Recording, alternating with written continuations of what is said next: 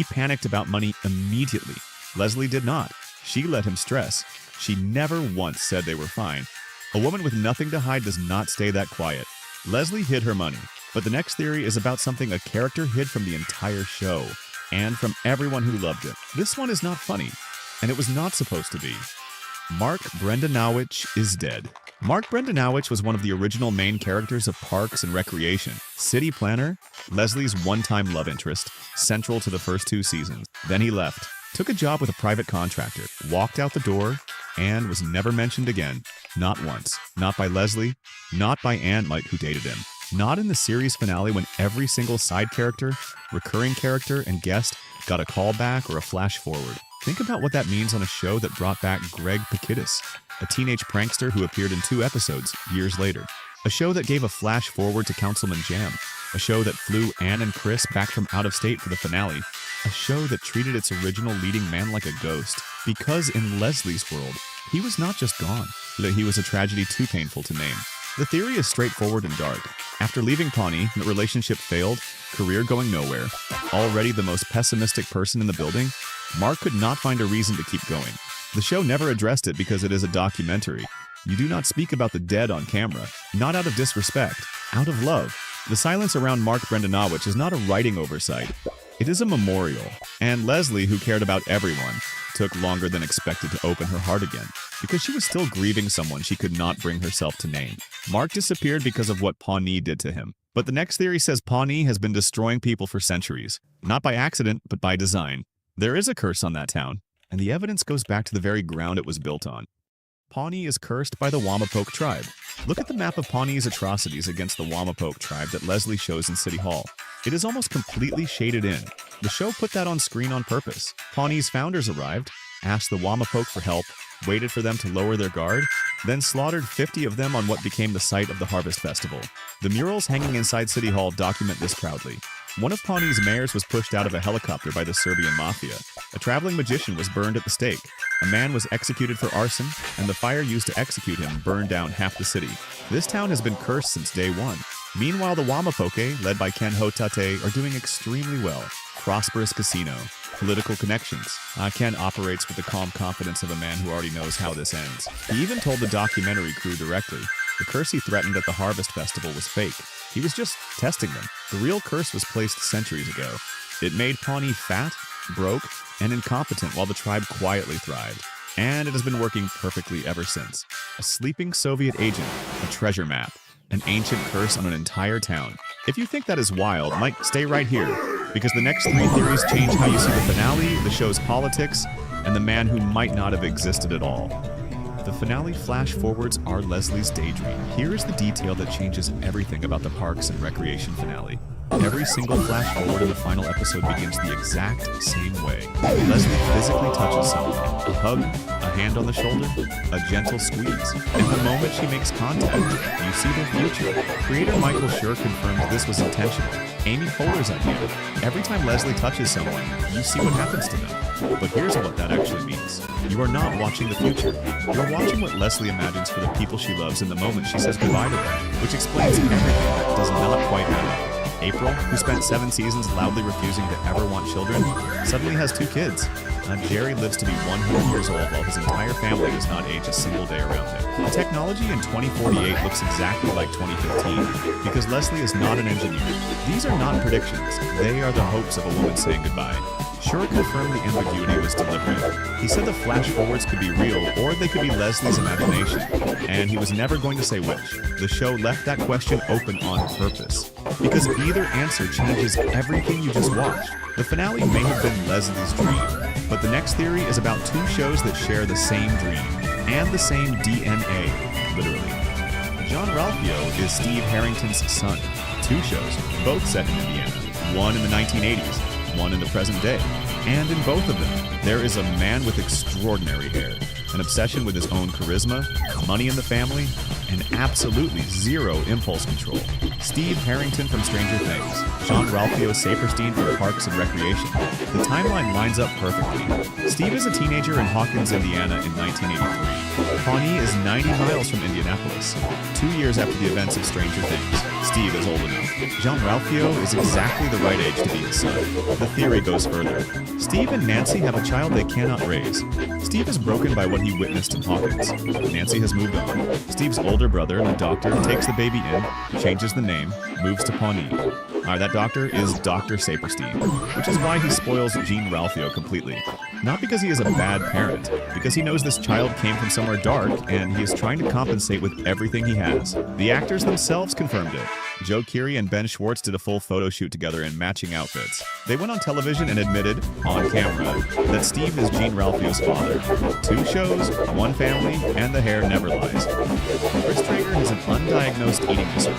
The show played Chris Trager's food habits entirely for laughs. 10 miles every day, 2.8% body fat, vegetable load in the morning, supplements for every meal.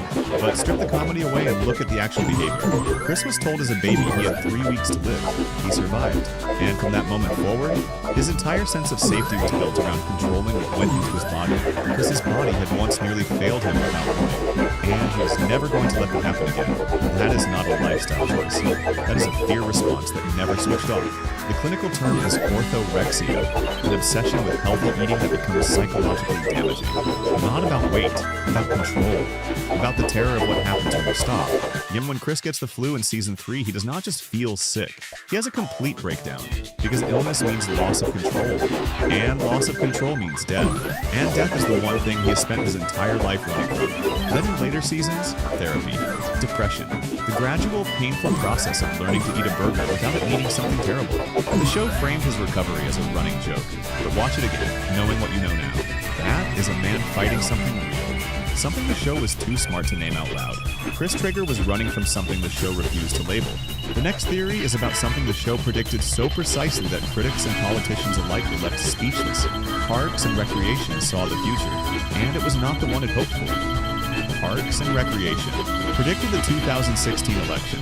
The show ended in 2015. The election was 2016, and somehow, years before it happened, the writers of a small NBC comedy put every element of that race on screen and nobody noticed until it was too late.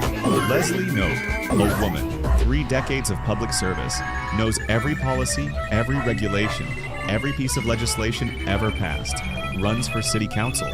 Her opponent is Bobby Newport, the wealthy, unqualified heir to a candy empire who wants the job because he feels entitled to it. He knows nothing, he feels nothing, and he leads the polls the entire time. Show creator Michael Schur confirmed directly. Leslie was inspired by Hillary Clinton. Amy Poehler had played Clinton on Saturday Night Live. Hillary's portrait hangs on a wall at Leslie's office in almost every single scene of the entire series. The parallels were not accidental, but here's what nobody saw coming. The show films the Clinton-Trump race years before it happened. Leslie versus Bobby. Competence versus entitlement. Experience versus money. And in the show, Leslie wins, just barely. After a brutal, exhausting fight that nearly destroys her. In real life, she did not. The writers built a version of America where the Leslie Knopes win. Watching it after 2016 feels less like a comedy and more like a farewell letter to something that almost was. The show predicted what happened outside its world, but inside it, there was a man whose entire support system may have existed only inside his own head, and the creator of the show basically confirmed it. Dr. Nygard is Chris Trager's alter ego. Chris Trager mentions his therapist, Dr. Richard Nygard, constantly across 4 seasons, 15 sessions a week at his peak. He describes the man with reverence, with dependence, with something that sounds less like a patient talking about a therapist and more like devotion. Dr. Nygard never once appears on screen. Not once. Across 4 seasons of a show that brought back every minor character, every side plot, every running joke. The man Chris credits with saving his life invisibly. Most improved patient, Michael Schur confirmed in a public interview that the writers had a running joke on set. Chris had hit rock bottom so completely that Dr. Nygard was not real. He was Chris himself, in the mirror, talking to his own reflection. The situation the show is too warm to make explicit, but too clever to go behind. Even as the entire cast was playing with this idea the whole time. Aziz Ansari made fake business cards for Dr. Nygard with Rob Lowe's face on them. Think about what that means for Chris's arc. Every breakthrough he described, every session, every moment of growth he attributed to this invisible man. That was Chris doing the work himself, alone, in the mirror. A man so desperate to be okay that he invented the person who could make him okay. And somehow it worked. Leslie Knope is the reason every single one of them made it. Go back to the very first scene of the series finale. Leslie has one day left with the people she loves most. And instead of spending it on herself, she spends it fixing a broken swing for a stranger who wandered into an office that is not even hers anymore. Because that is who she is. That is who she has always been. Now watch what happens every single time she touches someone in that episode. A hand on the shoulder, a hug, a quiet moment of contact, and the screen shifts forward in time, and you see their whole life, what they became, what they built, who they turned into. Ron gets his national park, Tom writes his book, April becomes the mother she never thought she wanted to be.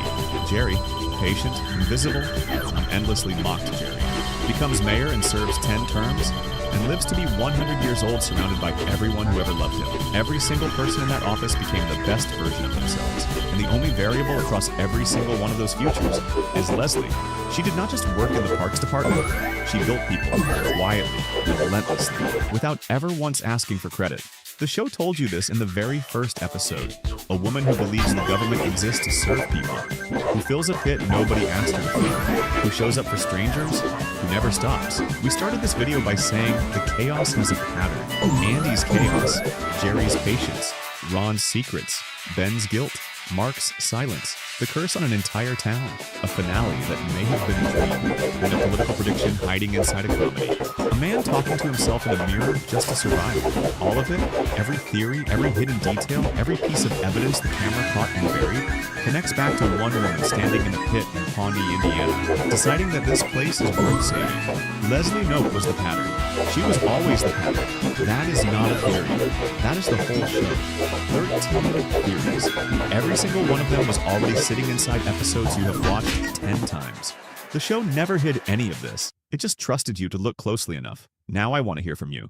Which one hit hardest? Jerry, the sleeper agent? Mark's silence? Or the idea that everything you saw in the finale was Leslie saying goodbye in the only way she knew how? Drop it in the comments. I read every single one. And if you want more breakdowns like this, New York City's budget for fiscal year 2027 is $127 billion. And that number is larger than the combined national budgets of Hungary, Ukraine, and Morocco. It is roughly double what the city spent just 14 years ago. And every projection from every independent watchdog says it's not enough. The city's own comptroller, Mark Levine, announced in January 2026 that New York faces a $2.2 billion shortfall in the current fiscal year and a $10.4 billion gap in the year that follows. State Comptroller Thomas Denapoli projects those gaps grow to $13.6 billion by fiscal year 2029. The Independent Budget Office, the city's nonpartisan fiscal watchdog, estimates $8.4 billion in annual deficit by 2028. Levine called this the first time since the Great Recession that the city has faced a hole this large this late in the fiscal year. At the same time, 137,000 more people left New York or other states in a single recent 12-month period than moved in. IRS tax data shows departing residents took $10 billion in adjusted gross income out of New York in a single year. The top 1% of income earners pay 43% of all city income taxes. Each department from that group removes a disproportionate share of the revenue the city depends on to function. Manhattan's office vacancy reached 22.7% in 2024, up from 10.5% in 2019. Buildings that generated enormous property tax revenue sit partially empty, and some have lost more than 50% of their assessed value. The city collects less from them every single cycle. But the new mayor, Zoran Mandani, took office on January 1st, 2026, with a platform built around taxing corporations and high earners harder, raising rents on stabilized apartments, creating city-owned grocery stores, and making all city buses free. Businesses and institutional investors are watching closely. The Tax Foundation already ranks New York 49th out of 50 states for tax competitiveness. Florida ranks 4th. Fiscal analysts describe what New York is currently running as a doom loop. Taxes rise to close gaps, mobile taxpayers and businesses respond bond by leaving, the tax base narrows, the gap grows, and taxes rise again. The loop feeds itself, and the city's fiscal reserves, once a buffer against exactly this kind of spiral, are nearly exhausted. New York City has faced this pattern before. The last time it ran this sequence to its objective conclusion, the city came within days of defaulting on its bonds and could not pay its own workers. To understand what is happening now, you have to start with what happened then. The crisis that broke in October 1975 did not begin in 1975. Mayor John Lindsay built the foundation for it across 7 years in office, starting in January of 1966. Lindsay was a liberal Republican from Manhattan who campaigned on expanding the role of city government in everyday life and won by a landslide. Over his 2 terms, he grew New York City's annual budget by 125%. Free tuition at the City University of New York expanded rapidly. Public housing programs absorbed enormous capital. The city's social services workforce grew to a scale that rivaled the workforces of small national governments. And the contracts Lindsay signed with every major public employee union locked in pension structures that the city had not come closely to fully funding.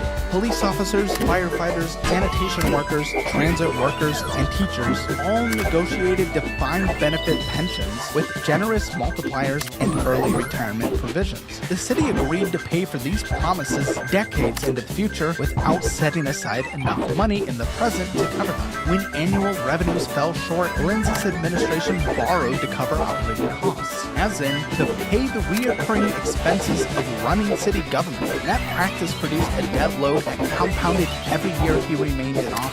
In 1971, Lindsay imposed a new personal income tax on top of existing state and federal taxes. By 1975, the combined New York City and New York State income tax burden of the top bracket reached nearly 19%. High earners and businesses began the calculus on whether New York's advantages still outweighed its costs. And it concluded that Abraham Beame succeeded Lindsay as mayor in January of 1974 and inherited a city already rolling over short-term debt just to meet obligations. Total city debt had reached $13.5 billion. Banks began refusing to underwrite the city's bonds. Interest rates on new borrowing climbed steeply. Garbage piled on streets during sanitation strikes, and murders climbed toward 2,000 per year. Heroin had taken over entire neighborhoods in the South Bronx. And as a result, landlords across the outer boroughs walked away from buildings and let them burn for insurance money, and entire blocks went dark. The human texture of New York City in those years is hard to reconstruct from the current view. The city paid its street cleaners, but then they couldn't. Trash accumulated for weeks during strikes, and police officers handed out pamphlets at airports warning tourists that New York City was the most dangerous city in America and advising them to reconsider their visit. The pamphlet was called Welcome to Fear City. The officers handing it out were off duty, acting in defiance of the mayor, but the message was real enough that the city could not credibly deny it. Entire Bronx neighborhoods lost more than half their population between 1970 and 1980. The subway system recorded more than 250 murders in a single year. Graffiti covered every surface on every train on every line. The city's property tax collection fell as landlords walked away from buildings, and abandoned housing accelerated the cycle of decline in neighborhoods after neighborhood. In the fall of 1975, the banks stopped lending entirely. New York City could not roll over its short-term notes. It had no mechanism to meet payroll or pay creditors. On October 30th, 1975, the New York Daily News ran a front page that remained one of the most famous in newspaper history. Ford to City, drop dead. President Gerald Ford had gone on television the night before to announce the federal government would not bail out New York City. The city sat just days from default. New York State Governor Hugh Carey organized the rescue. The state created the Municipal Assistance Corporation, quickly named Big Mac, which refinanced the city's debt by pledging sales tax revenue as collateral. An emergency financial control board took partial control of city finances and imposed spending discipline that the mayor's office could not override. The city's unions were pressured into investing their pension funds directly in city bonds, putting members' retirement savings on the line for the city's own survival. survival. The terms were severe. New York City cut 65,000 municipal workers. Wages froze across the board. Services contracted sharply. City University of New York charged tuition for the first time in its 129-year history. For roughly a decade afterward, fiscal discipline held, but the structural conditions that had created the crisis survived the rescue without reform. Union power over pension design, the political incentive to promise more than revenues could support, and the habit of borrowing for operating expenses rather than infrastructure investing. The city stabilized through the late 1970s and early 1980s. The mayor who took office in 1978 enforced spending restraint and managed a real estate recovery in Manhattan driven by the Wall Street boom. Tax revenues from finance poured into city coffers through most of the decade. By 1990, recession had returned and the crack cocaine epidemic had consumed entire sections of every borough. By 1993, New York recorded 1,946 murders. Large portions of every borough had become functionally hostile to normal economic activity. Businesses relocated and middle-class families left. The city's population dropped by roughly 800,000 people from 1970 to 1980 before stabilizing. Rudy Giuliani took office as mayor in January 1994 and, working with Police Commissioner Bill Bratton, introduced CompStat, the first data-driven policing system developed at scale in American history. CompStat tracked crime patterns in real time and held precinct commanders personally accountable for results in their jurisdictions. Commanders who failed to reduce crime in their precincts faced direct questioning from the police commissioner and weekly meetings that became famous for their intensity. Giuliani also appointed the broken windows theory of policing, the idea that aggressively addressing minor disorder, graffiti, turnstile jumping, public intoxication, and quality of life offenses prevents neighborhoods from escalating towards serious violent crime. Skeptics argued that the approach targeted the poor, but the crime numbers proved them wrong and Giuliani right. From 1993 to 2001, murders in New York City fell from 1,946 to 667. Total felonies fell more than 56%. Every year, the Giuliani administration produced a lower crime rate than the year before. American cities broadly saw crime declines in the 1990s, but no other city achieved a reduction of this magnitude at this speed. The drop unlocked the city's real estate market, attracted international tourism, reversed the middle-class exodus that had been running for 2 decades, and generated the tax revenue that funded city government through the 2000s. Michael Bloomberg continued fiscal discipline through 2013, managing September 11th's aftermath and the 2008 financial crisis without catastrophic structural damage and building New York's technology sector from a standing start. Bill de Blasio took office January 2014. From fiscal year 2012 to fiscal year 2019, his administration added 33,189 city positions, an 11% increase in the municipal workforce. He signed union contracts that front-loaded cash raises and pushed pension costs further into future budgets. Pre-K enrollment expanded to cover virtually every 4-year-old in the city. The minimum wage rose, and a growing array of programs accumulated budget commitments funded by projections of continued strong revenue. In 2020, the pandemic shut the economy down, and the city council voted to cut $1 billion from the NYPD's budget, canceling future police academy classes, and a move framed as a response to the George Floyd protests. Albany's bail reform legislation, passed in 2019, had already reduced pretrial detention for a broad category of charges.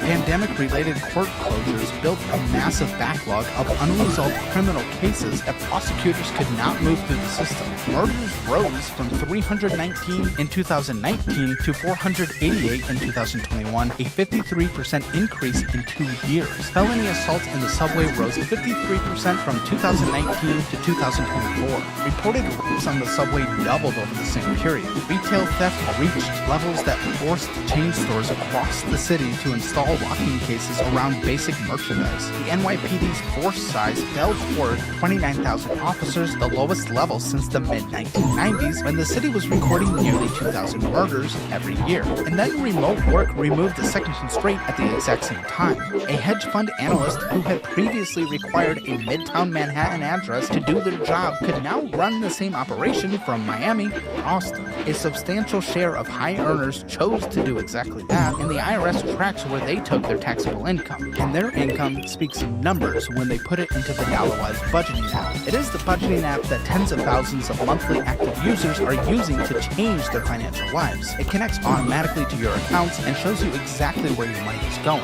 It gives the kind of insights into your spending that you don't normally see, but you absolutely need to. Take the free trial with no commitment and see why everyone is using it. Download DollarWise in the App Store of your choice or use the link below. Eric Adams took over from Blasio in January 2022, inheriting rising crime, a depleted police force, and a transit system that had become a constant source of negative national coverage. In the spring of 2022, Texas Governor Greg Abbott began loading migrants arriving at the southern border onto buses and shipping them north to sanctuary cities, with New York City as the primary destination. Abbott framed the operation as a demonstration of what sanctuary city commitments actually cost when they are honored at scale, and New York City honored them. From fiscal year 2023 through fiscal year 2025, the city spent $8.11 billion on migrant services. Hotels converted to emergency shelters. Tent structures rose on parking lots and in parks. More than 160,000 migrants cycled through the city's shelter system at the peak of the crisis. Then, Adams declared a fiscal emergency, flew to Texas to ask Abbott to change course, but received no change in policy. The $8.11 billion those services consumed would have funded roughly 40,000 additional police officers at average salary, or 3 full years of MTA capital improvements, or meaningful property tax relief across all 5 boroughs. It went into emergency shelter operations instead, adding structural pressure to a budget already strained by de Blasio-era commitments and post-pandemic revenue softness. In September 2024, federal prosecutors indicted Adams on bribery charges, alleging he accepted favors from Turkish government officials and a luxury hotel operator in exchange for favorable treatment from city agencies. The indictment consumed his remaining political bandwidth, accelerated the erosion of his already historic low approval ratings, and created the political environment that shaped the 2025 mayoral race. In the Democratic primary for mayor in June 2025, Zoran Mondani defeated former Governor Andrew Cuomo by 12 percentage points. Cuomo had entered as the frontrunner, backed by the city's real estate and business community and an enormous fundraising operation. He lost to a 34-year-old Queens Assembly member who had campaigned on fare-free buses, city-owned grocery stores, a rent freeze on stabilized apartments, and new taxes on corporations and high earners. Young voters turned out in record numbers. In the November general election, Mondani defeated Cuomo again, running as an independent alongside Republicans Curtis Sliwa. He became the city's youngest mayor since 1892 and its first Muslim and first Asian American mayor. He took office on January 1st, 2026. Within weeks, Mondani held a press conference framing the city's financial situation as the Adams budget crisis, a combined $12 billion shortfall across the 2 fiscal years he attributed to systematic under-budgeting by the prior administration. He proposed closing the gap through higher taxes on the wealthy and corporations. Governor Kathy Hochul declined to grant new tax authority. Budget analysts at the Citizens Budget Commission pointed out that New York's 49th place tax competitiveness ranking offered almost no room for additional rate increases before accelerating further departures.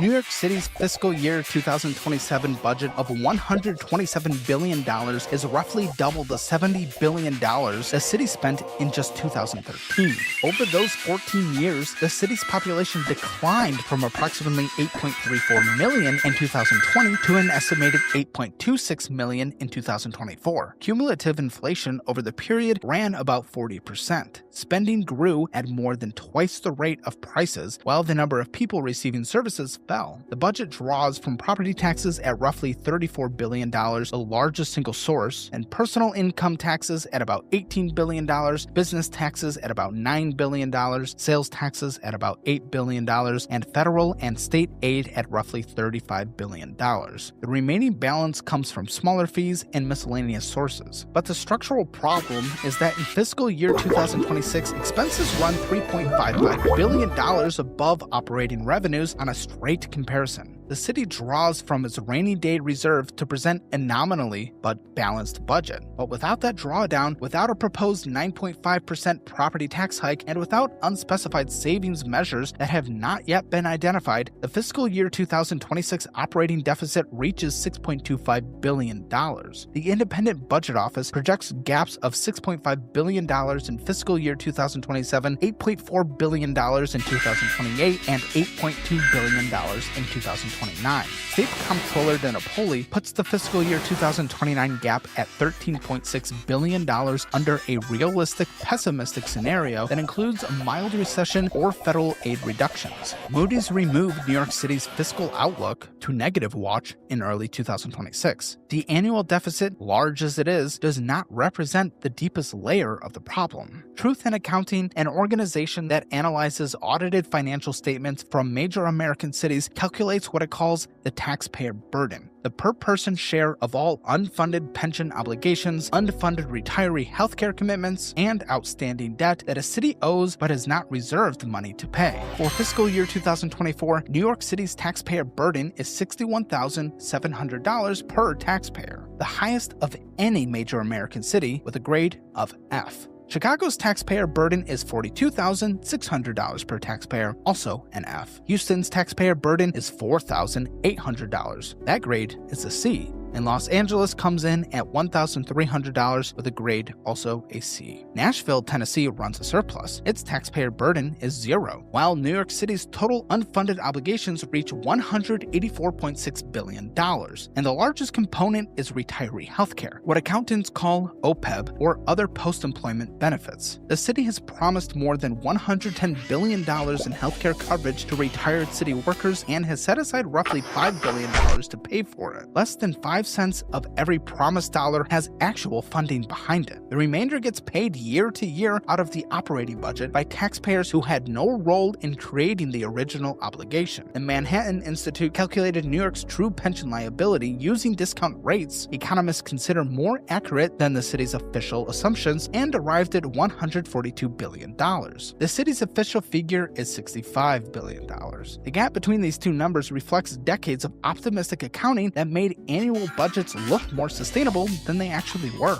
Since 2014, for the first time in recorded city history, New York's annual pension contributions have exceeded its capital expenditures. The city now spends more every year servicing past labor commitments than it spends building and maintaining bridges, parks, schools, and physical infrastructure. The obligations of the past consume more budget space than investment in the city's future. Chicago illustrates where this trajectory leads when it runs further. Chicago's 4 major pension systems average funding of roughly 25 cents per dollar promised. The city has reported a net operating loss in 10 of the past 12 fiscal years, despite a state law requiring a balanced budget. Illinois law allows Chicago to contribute less than the actuarially determined annual amount to its pension funds, meaning the city can declare its budget technically balanced while the pension deficit simultaneously grows larger. The combined unfunded liability across Chicago's pension funds burdens each Chicago taxpayer at $42,600.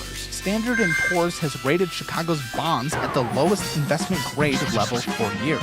In 2025, the Illinois governor signed legislation expanding pension benefits for police and firefighter new hires, adding an estimated $11 billion in new obligations at a moment when the city was already losing population faster than almost any other major American city. Since 2000, Chicago has lost more than 250,000 black residents, most of them middle-income families seeking affordable housing and better schools outside the city. The number of black children under 17 in the city has fallen 49%. Chicago public schools enrollment today is less than half of what it was in the 1999-2000 school year. Illinois has experienced 16 consecutive years of net domestic outmigration and has lost 1.6 million residents since 2000. Residents who leave consistently cite 3 factors: high taxes, crime, and failing schools. In 2000, 2023 and 2024, Chicago recorded more than 600 homicides annually in a city of roughly 2.7 million people. New York, with 3 times Chicago's population, recorded fewer than 400 murders each of those years. Chicago's per capita homicide rate runs dramatically higher. The city's governing response has been to expand social services spending in affected neighborhoods rather than policing, a policy that has consumed billions of dollars and produced no measured reduction in the homicide count. And Chicago needs to reduce that count and increase the count in their savings. And I hope they use Chime as their primary savings account because they have a nation-leading high-yield savings rate. And if you use my link below or chime.com/Caleb, you will literally get $350 for free by signing up and connecting direct deposit. It's literally free money with only my link special for you, and that's below. So check it out. Don't lose free money like Chicago would.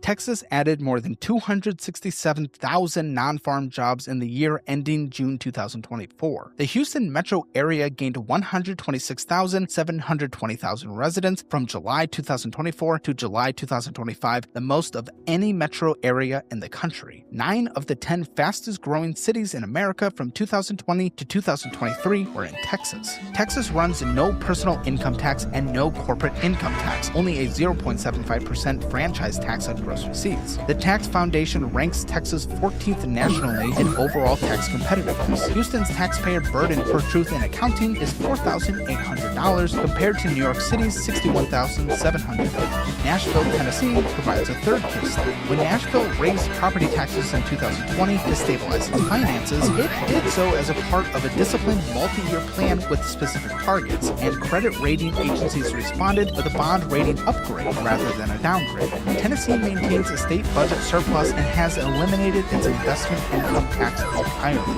Nashville's population grew by roughly 35,000 residents in the most recent annual period, and the city's office vacancy rate sits well below the national average. The combination of fiscal discipline, population growth, and no state income tax produces a reinforcing cycle that runs in the opposite direction from the one New York City is currently experiencing. The business relocation data tells the same story across the Sunbelt. According to analysis by multiple research organizations, more than 400 corporate headquarters left California after 2018, with the majority landing in Texas or Florida. New York experienced a parallel shift. JP Morgan Chase, the largest bank in the United States and historically one of New York's defining institutions, now employs more people in Texas than in New York. Goldman Sachs expanded major offices in Dallas and Miami. Citadel, one of the most profitable hedge funds in the world, moved its headquarters from Chicago to Miami in 2022, taking with it more than $16 billion in assets under management and hundreds of employees whose income had previously flowed through the Illinois and Chicago tax systems. Citadel's founder, Ken Griffin, stated publicly that his departure from Chicago was a direct response to Illinois' fiscal dysfunction and governance failures. Jamie Dimon, JP Morgan CEO, told the Economic Club of New York in 2024 that if New York taxes the hell out of the city, JP Morgan would leave. The city's progressive leadership dismissed the statement. The Tax Foundation noted New York competitiveness ranking was already 49th. New York's proposed corporate tax rate increase from 7.25% to 11.5% would produce a combined city, state, and federal effective top tax rate of 22.5%. A comparable Texas-based business pays zero at the state level, with only a small franchise tax on gross receipts. That gap shows up in the location decisions of every CFO running a cost-benefit analysis. And then there's Florida, which offers a second way comparison. There's no state income tax, aggressive deregulation, and a quality-of-life proposition that attracts both retirees and working-age professionals, produced consistent population and employment growth throughout the pandemic recovery. Florida added more than 1 million jobs in 5 post-pandemic years. From 2019 to 2024, roughly 91,000 people per year relocated from New York State to Florida. Florida's total tax burden runs at 6.49% of personal income. New York's runs at 13.56%. Miami has transformed into a genuine financial center over roughly 5 years. Citadel and dozens of other hedge funds and private equity firms now headquartered. Miami's downtown office vacancy rate sits below 10%, less than half of Manhattan's current rate. Florida's governor has publicly invited New York businesses to relocate since the Mamdani administration's earliest weeks in office. But there is a counter-argument on Florida. You see, property insurance costs surged after hurricanes in 2022 and 2023, with some major insurers exiting the state market entirely. Housing prices in Miami, Tampa, and Orlando rose fast enough that affordability became a real constraint on continued migration. Florida's net domestic migration fell by more than 49% from 2022 to 2023 as the cost advantage over northern states eroded. Those pressures reflect a state absorbing population growth faster than its housing supply expanded. But it is a completely different problem from the fiscal mismanagement driving people out of New York.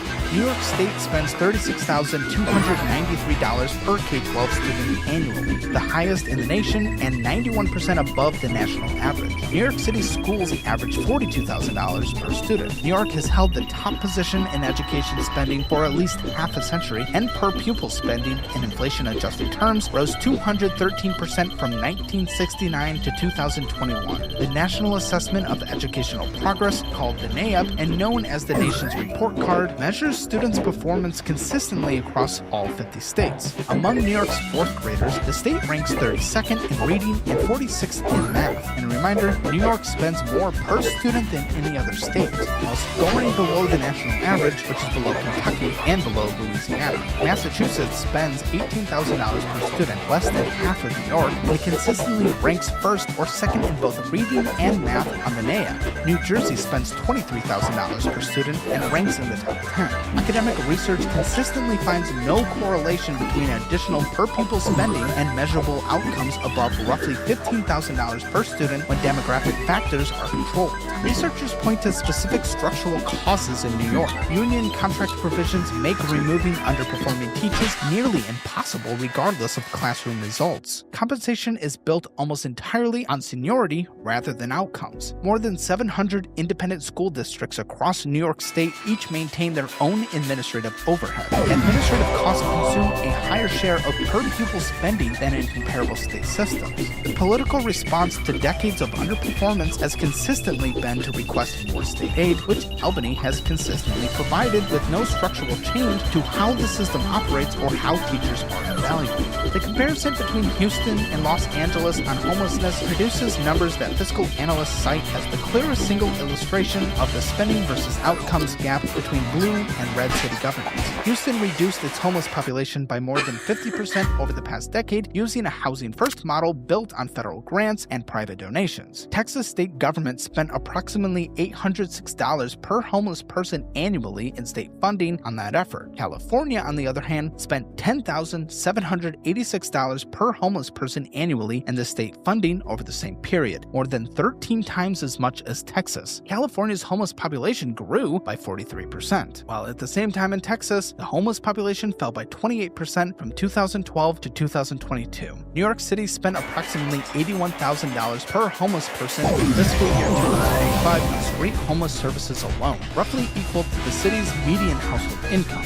Total street homeless spending tripled from $102 million in fiscal year 2019 to approximately $368 million in fiscal year 2025. The homeless population in the city grew 26% over that same period. So, more money and more people experiencing homelessness. New York's right to shelter policy, a legal obligation requiring the city to provide shelter to any resident who requests it, produces a system that houses a higher portion of its homeless population than Los Angeles does. One could say that that is a more humane outcome in one respect than LA's sprawling unsheltered encampments, but it has not produced a reduction in the number of people entering homelessness in the first place. From 2020 to 2024, New York State lost a net 446,814 residents to other states, the largest absolute domestic outmigration of any state in the country over that period. The dominant destinations are Florida, Texas, North Carolina, New Jersey's suburbs, and Pennsylvania.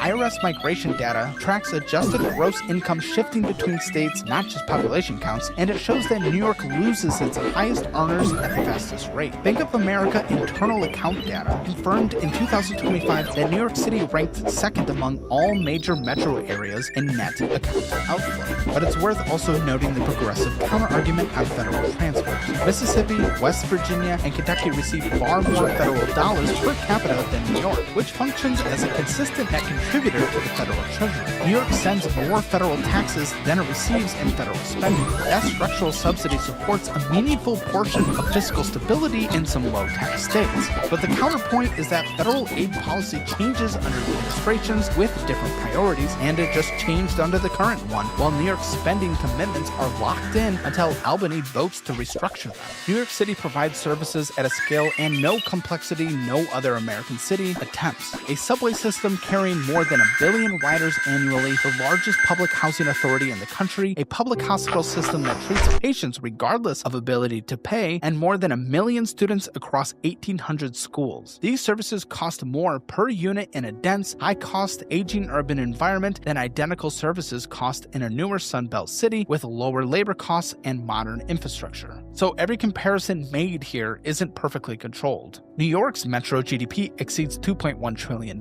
larger than most national economies. The network affects concentrating finance, media, law, healthcare research, and technology in New York do not simply relocate because the tax rate changes. The city has faced fiscal collapses before and rebuilt from them. The 2025 subway crime data showed a 14.4% reduction from 2019 levels, and July 2025 recorded as the safest month in subway history on that metric. The improvement is real and came from targeted NYPD deployments funded by a $77 million additional investment in subway patrols. The question is whether the value delivered per dollar spent justifies the spending level, and on that question, the outcome data on education, homelessness, and fiscal sustainability consistently points in the same direction. 3 trajectories define New York's likely future. Under the baseline, the city avoids default because New York State will intervene before that happens, as it did in 1975. But the city continues losing middle-income residents and mobile businesses to lower-cost alternatives every year. Budget gaps of $6 to $13 billion persist annually. Pension contributions continue crowding out capital spending. Services deteriorate at the margin. Population slowly declines. The fiscal reserves, already depleted, provide no buffer against the next recession. The city muddles through, a condition the Citizens Budget Commission describes as managed decline. Under the accelerated scenario, Mayor Mondani proposed corporate tax rate increase from 7.25% to 11.5% pushes the combined top effective rate near recorded territory. If major Wall Street institutions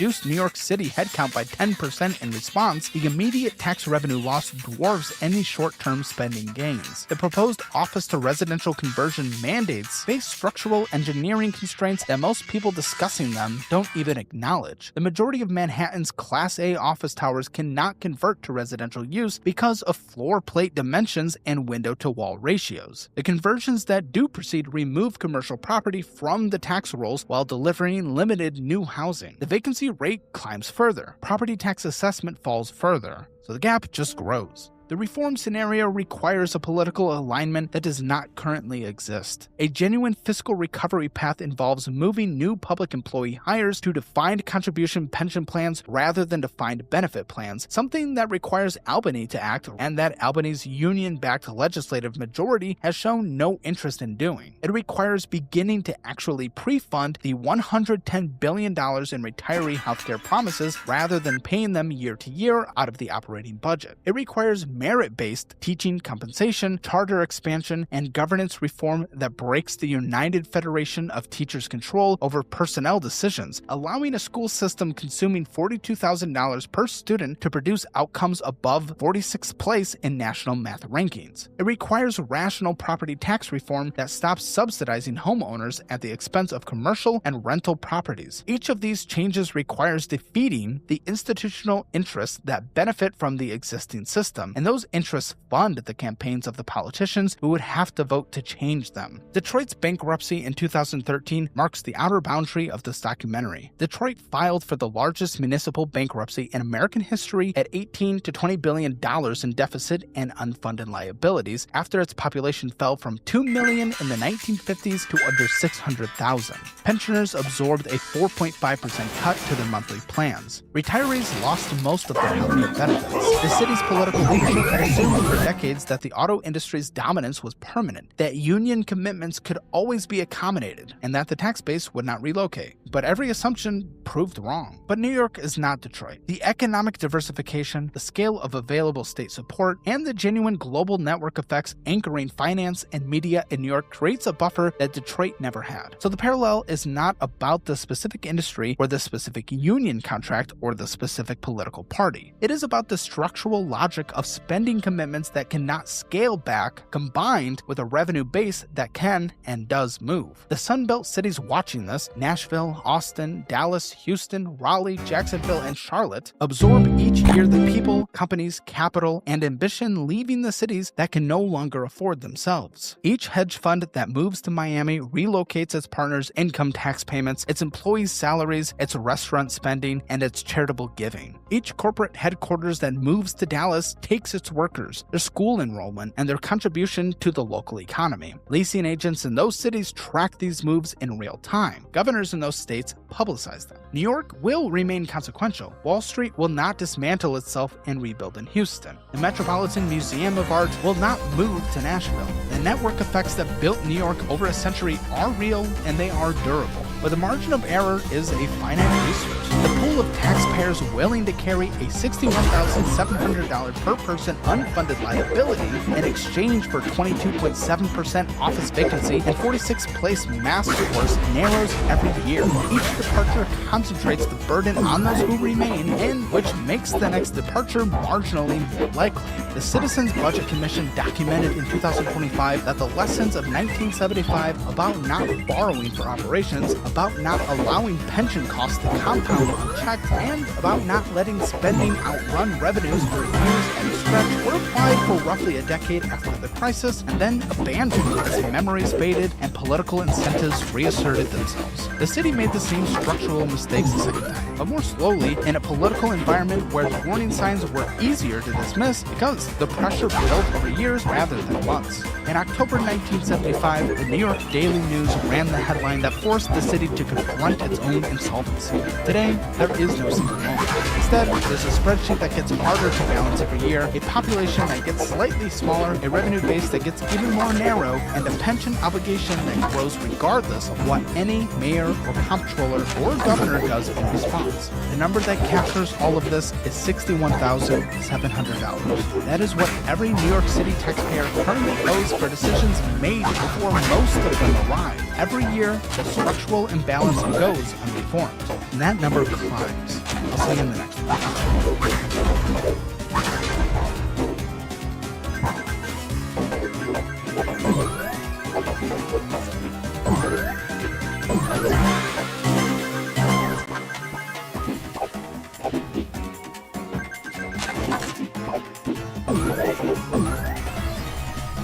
नमस्कार दोस्तों, आज हमारे सामने है traveller T1 3050 बस।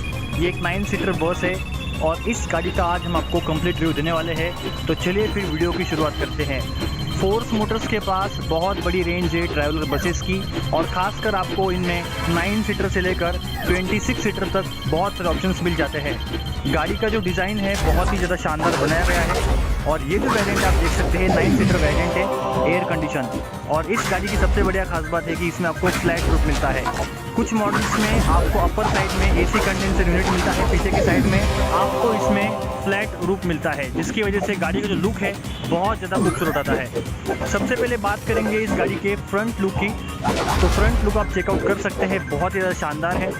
इसमें आपको मिलते हैं dual chamber halogen based headlamp, यहाँ पर LED इंडिकेटर दिए गए हैं, और काफ़ी ज़्यादा खूबसूरत फोर्स की शानदार ग्रिल दी गई है। लोगो मिल जाता है आपको फोर्स का। नीचे की साइड में फ्रंट बम्पर पर फॉग लैम्प दिए गए हैं, यहाँ पर टोइंग हुक दिया गया है। साथ ही साथ ग्रिल की बात कर ले तो इसमें आपको हनीकॉम पैटर्न में ग्रिल मिल जाती है। ये इस गाड़ी का ड्राइवर साइड लुक जो इस प्रकार दिखता है। इस बस में आपको दिया गया है फोर्स कंपनी का FM 2.6 CR इंजन, जो एक 2596 सीसी का। I started working in finance at 19 years old. जैसे जैसे बंगाल इलेक्शन के रिजल्ट की डेट नजदीक आ रही है, वैसे वैसे टीएमसी पार्टी और टीएमसी पार्टी के वर्कर्स का बुरा ही हाल होता जा रहा है। लगता है बंगाल में हुए SIR में इनके ब्रेन सेल भी बांग्लादेश निकल चुके हैं। पहले इस टीएमसी प्रेमी को सुनो। इसके हिसाब से भारत की पॉपुलेशन केवल 300 है। 300 करोड़ का मूर्ति बना है। इंडिया का आबादी कितना है? मूर्ति कितने का बना है? 1-1 करोड़ सबका अकाउंट में डालता है ना, आज कोई गरीब नहीं होता इंडिया में। इस आदमी के मैथ को अगर फॉलो किया जाए तो 300 करोड़ की स्टैचू को बनवा के पूरे भारत के लोगों को 1-1 करोड़ रुपया दिया। आपका नॉलेज तो कमाल का है भाई का। भाई साहब, इतनी हाई नॉलेज और ध्रुव राठी की वीडियो देख के ही आ सकती है। ये परसेप्शन आप लोगों को ध्रुव राठी और ये लिबरल गैंग का जो वीडियो देखती है ना, यह देश के लिए खतरा है। पहली बात, ध्रुव राठी की वीडियोस मैं इतनी नहीं देखती। खाओ माँ का सब देखती है ना?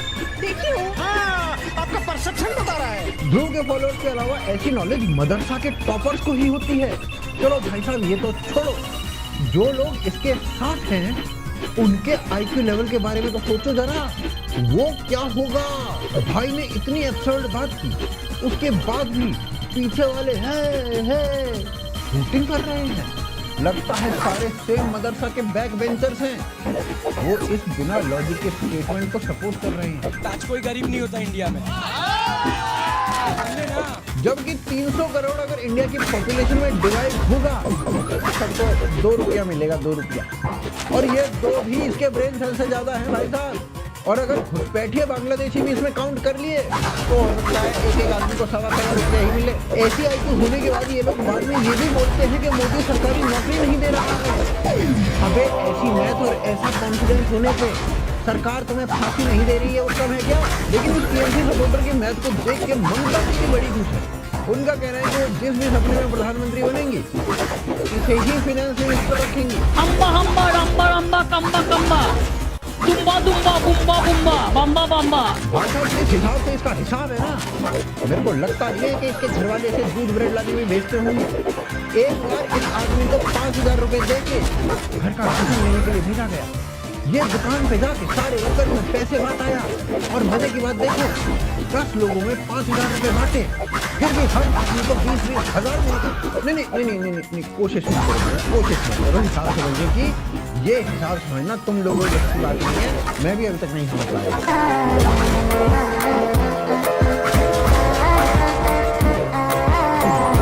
बंगाल में पहले सिर्फ हिंदू खतरे में था, अब गणित भी सेफ नहीं है। गणित की भी गणित फटी हुई है। गणित में भाई साहब पुलिस ने अलग केस दर्ज करवाया है, छेड़छाड़ का, मेंटल स्ट्रेस का, शोषण का, नंबर परिवर्तन का। कभी समय हुआ करता था गणित लोगों को स्ट्रेस देता था, इस आदमी ने गणित को स्ट्रेस दे दिया। चलो इसके बाद में एक और टीएमसी वर्कर से मिलवाता हूँ। नाम है इसका मोहम्मद रफीक इस्लाम। इसके घर से जिंदा 100 बॉम्ब मिलते हैं। बॉम्ब ब्लास्ट की दुनिया में लड़का सेंचुरी मारने जा रहा था।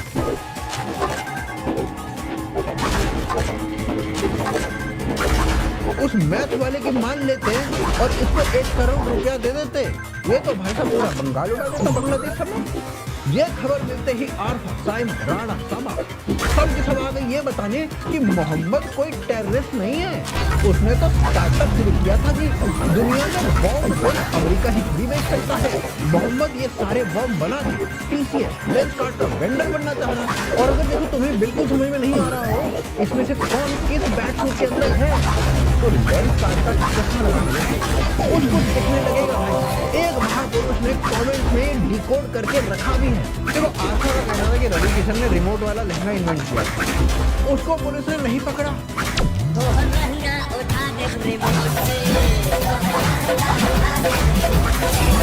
मोहम्मद इस्लाम ने रिमोट वाला आरडीएक्स बॉम्ब का इन्वेंट कर लिया, उसको टेररिस्ट बोल के पुलिस उठा के ले गई। भाई साहब इस्लामोफोबिया ऐसे ही तो बोलते हैं। नहीं देखो भाई साहब सोचने वाली बात है कि मोहम्मद इस्लाम ने किया ही क्या था। घरेलू बॉम्ब ही तो बनाए थे, सारा सामान भारत का यूज करके बॉम्ब बनाए। झूठ बोलते हैं मोदी जी, तो बात बात में वोकल फॉर लोकल का नारा दे देते हैं। झूठ बोलते हैं मोदी जी, तो बात बात में आत्मनिर्भर भारत का नारा दे देते हैं। मोदी जी को आत्मनिर्भर भारत तो चाहिए, लेकिन आत्मनिर्भर मुसलमान वो नहीं चाहिए।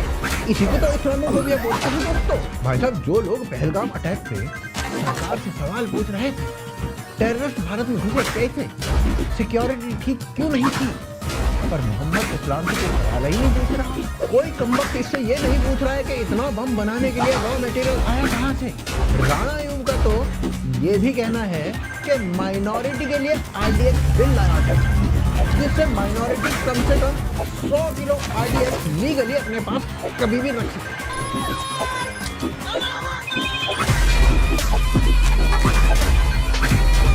दूसरी तरफ ममता दीदी की हालत गौतम गंभीर है। मोदी की तरह झालमुड़ी मूवमेंट रिक्रिएट करने के लिए ममता खुद सब्जी खरीदने चली तो गई।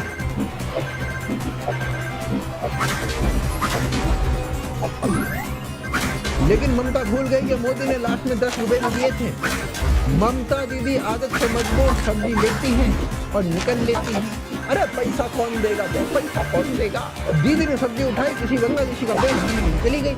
वो भाई साहब मैं कह दिया था कि दीदी एक बार चेक तो कर लेती कि कहीं टमाटर में जीपीएस तो नहीं लगा हुआ था, कहीं 2 दिन बाद पता चले जीपीएस में टमाटर जो है उसकी लोकेशन बांग्लादेश दिखा रहा है। नहीं दीदी ऐसा होने पे लेने के देने पड़ सकते हैं ना। नहीं साला पता चले प्याज का जीपीएस चेक किया जाए तो पाकिस्तान की लोकेशन दिखा रहा हो, मसूद अजहर के ट्रेनिंग कैंप की। अब देखो भारत सरकार मसूद अजहर पे ऑपरेशन सिंदूर चला रही है। ममता दीदी ऑपरेशन सिंदूर को चला ही सकती है ना। वैसे एक बात गौर करने की है कि बीजेपी के लिए बंगाल में मोदी और राहुल गांधी मिल के प्रमोशंस कर रहे हैं। मोदी झालमुड़ी खा के और राहुल गांधी हिंदुस्तानी भाव बन के। अगर ममता जी ने बंगाल को पोलराइज नहीं किया होता तो बीजेपी के लिए उसके टीएमसी ने खेसारी लाल यादव को उतारा है।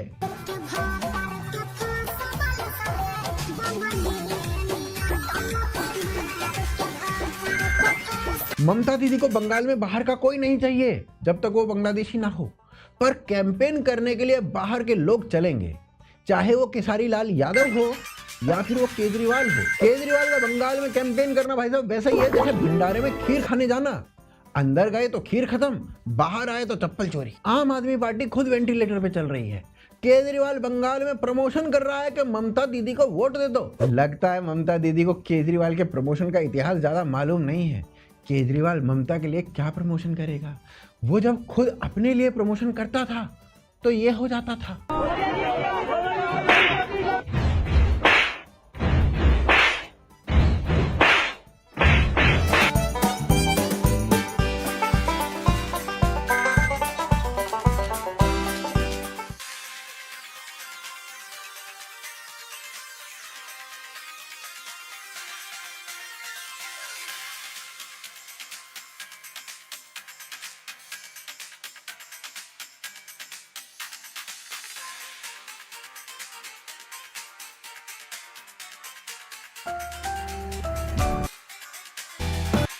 These are Amazon's top 5 best rated air fryers for under £50. Today, Chef Kush and I are going to put them through 4 rounds of testing, and then we're going to rank them and see how our top 5 compares to that of Amazon's.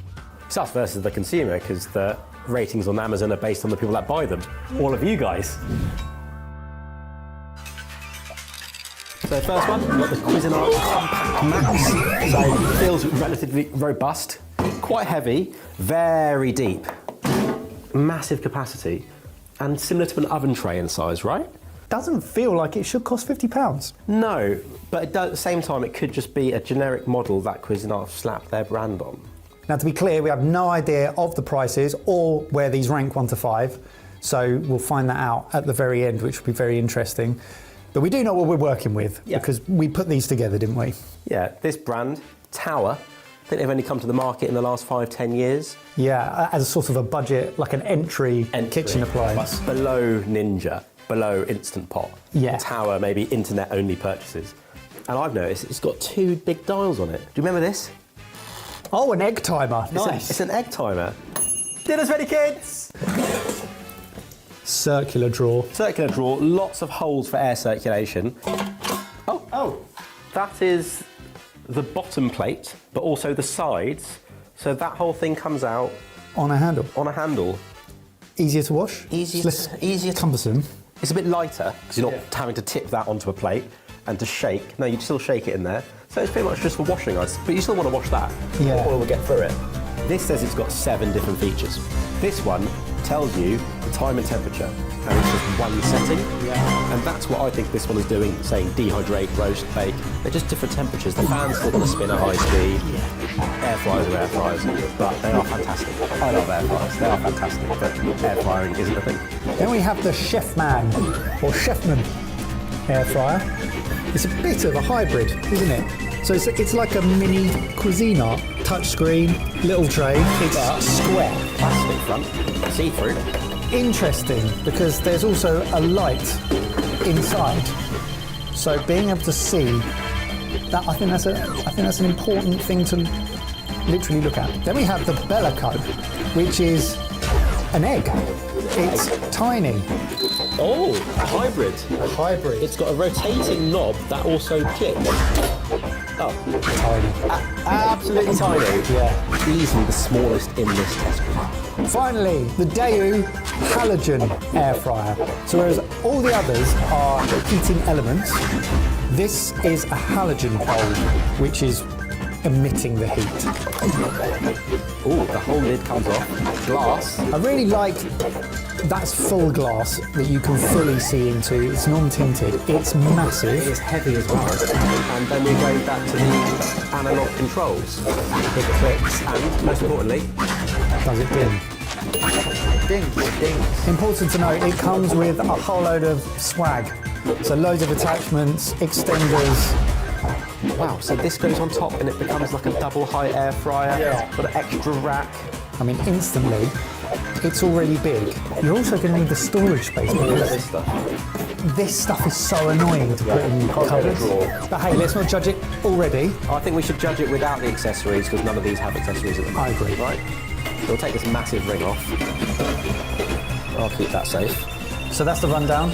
Now we're going to go into test 1, which is heat distribution and power. So, salmon. Salmon. What's the plan? So we want to see how evenly they cook. So they all have elements at the top, one of them being a bulb and a big fan. So they're going to take the air, blow it through the element and heat it up, and that'll go around all the food. If you're loading them up with, let's say, chips or something that you want to shake, it's fine, because you're going to shake it, it'll even out. But if you want to bake or roast or grill or air fry, in this case, salmon with a herb, olive oil, breadcrumb crust, stuck on with some Dijon mustard. After 8 minutes, take the first one out, check how evenly golden the breadcrumbs are, how cooked the fish is. That'll tell us how evenly it is distributed and how powerful the fish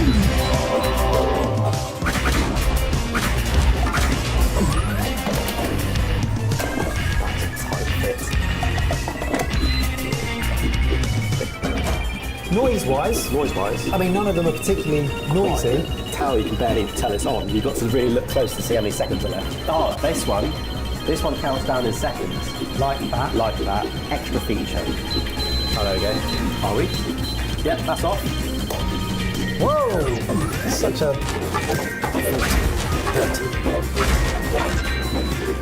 Just so many things beeping at the moment. Ooh, we've got a sizzle. 35 nearly. So that'll rest. 2 minutes later. Interesting. Slightly browner, but less even distribution, I'd say. Over 38 degrees. That is 3-4 degrees hotter, which does mean a lot when it comes to fish. Chef man. Oh, whoa! Oh wow, Michael, you are on 44. Whoa! 44 degrees. Too much. Well, I think it's going to be just fine inside if you have it now. Okay. The Blasio has just turned off. Another tray, please, Mike. Patchy. Certainly patchy. 4-2. But still, this one is cooked. Still a good 8 to 10 degrees higher than the cuisine. And I think I know why it's coloured either side lower down. Because these bits are really close to the sidewall. It's radiating off that metal, cooking it from the sides in a bit. And the Daewoo claims to be done. Okay.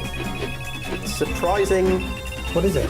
It's above looking at 38 and climbing. So again, similar to the Cuisinart, but there's absolutely no colour whatsoever. Right, quick test while they're hot, but this will pick it up. Quite nice for winter's day. Fuck! Hot. That's just dangerous. Yeah. So test number 1 complete, and the results are fascinating. This is so fun. The results are fascinating. I'd say the most even cook are these two. Like, they're not the most coloured on the breadcrumbs, but they're very light and even across the board. Like, especially the tower, that's even across the whole thing. What was your opinion when we first started? Which one were you favouring for? Well, I had my eye on the Cuisinart. Just because it's big. I really like the capacity, but I have to say, I'm quite appreciating the Chefman. Yeah? The Chefman. I agree. The Chefman, just because it's nice and it's efficiently sized, it's not round, there's no wasted edges, and you get a lot of colour in 8 minutes. That's what we want on this, a nice crisp crust on top. So let's rank these individually 1 to 5 for heat distribution and power. I'll go first because you only care about this man's opinions. I'm going to go 5th, Daewoo. 4th, the Blasio, because of the uneven. And then going to go Cuisinart, then Tower, then the Chefman. And Michael, I'm going to go exactly the same as you.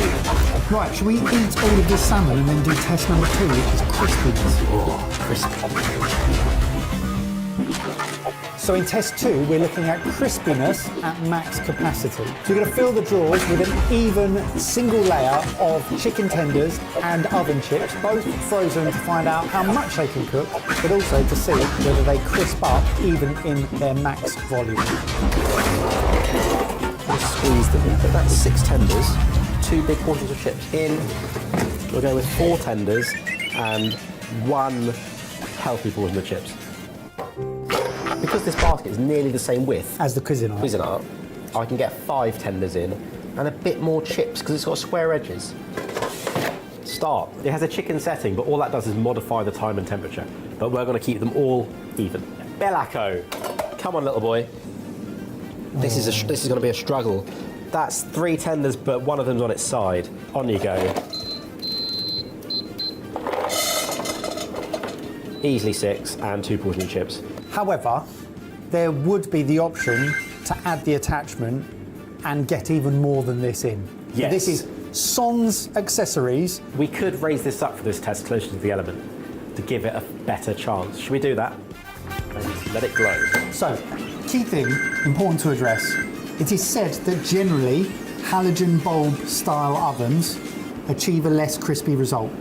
However, they claim to be more versatile to be able to cook anything that you could cook in a home convection oven. These are the Fast and the Furious. That is a slow walk in the countryside. Low and slow, not as crispy. And the Cuisinart says it's done. Wow, 8 minutes already. Yeah, that's had 8 minutes, and the chips are colouring but not crispy, and the chicken is flabby. So we're going to add another 4 minutes. I think these will take another 3 minutes.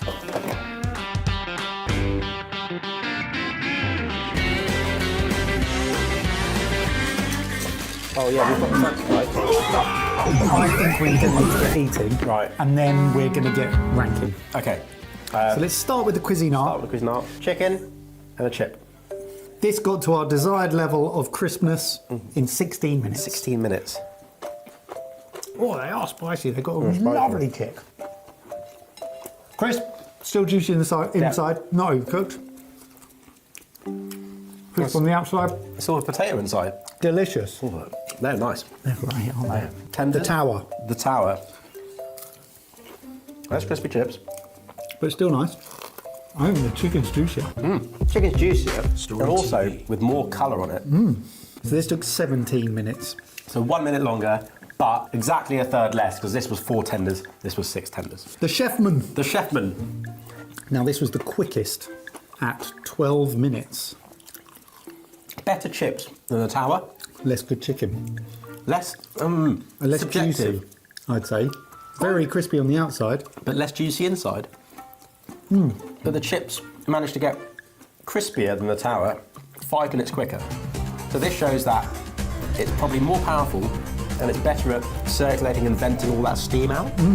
Right, the Diddy Bellico, that is all that we could fit in. One portion. Right. It's actually better than I expected. We had to nanny it. The potato inside is just cooked. Yeah, look at the colour on some of it. Anemic on the other. They're very inconsistent. So this took 18 minutes. 18 minutes, so long as they can't. But still make crispy stuff. Finally, Daewoo. Daewoo. 22 minutes plus. And we stopped. Yeah, this isn't our desired level of crunch. Very juicy chicken, but it's good at meat, but the outside is not. It's not what you want. So ranking wise for me, Daewoo, Bellico, Tower, Cuisinart, Chefman again, and that's mainly down to the time it took. Okay. I'm gonna go Daewoo, Bellico, Tower, Chefman, Cuisinart. Oh, right. I don't mind an extra 3-4 minutes, but I do mind having to run it twice because there's so much capacity. I know that's going to be more versatile in terms of size. It might not be as concentrated energy as this, but with tweaking the temperature and the time, You can get to know that one. Yeah, you get to know this a bit more versatility. Final, dare I say boring but important test. Yeah. Cleaning. That is easy. Yeah. The non-stick makes it nice and simple. Silly, back in the dishwasher, job done, good luck. This is what this is supposed to be for. Just more surface area to clean. You don't need this bit. Fair. Chefman. Really clean inside. You've also got a window to keep shiny though. That's the only thing. You do. That will naturally become less and less easy to see. That was very, very easy.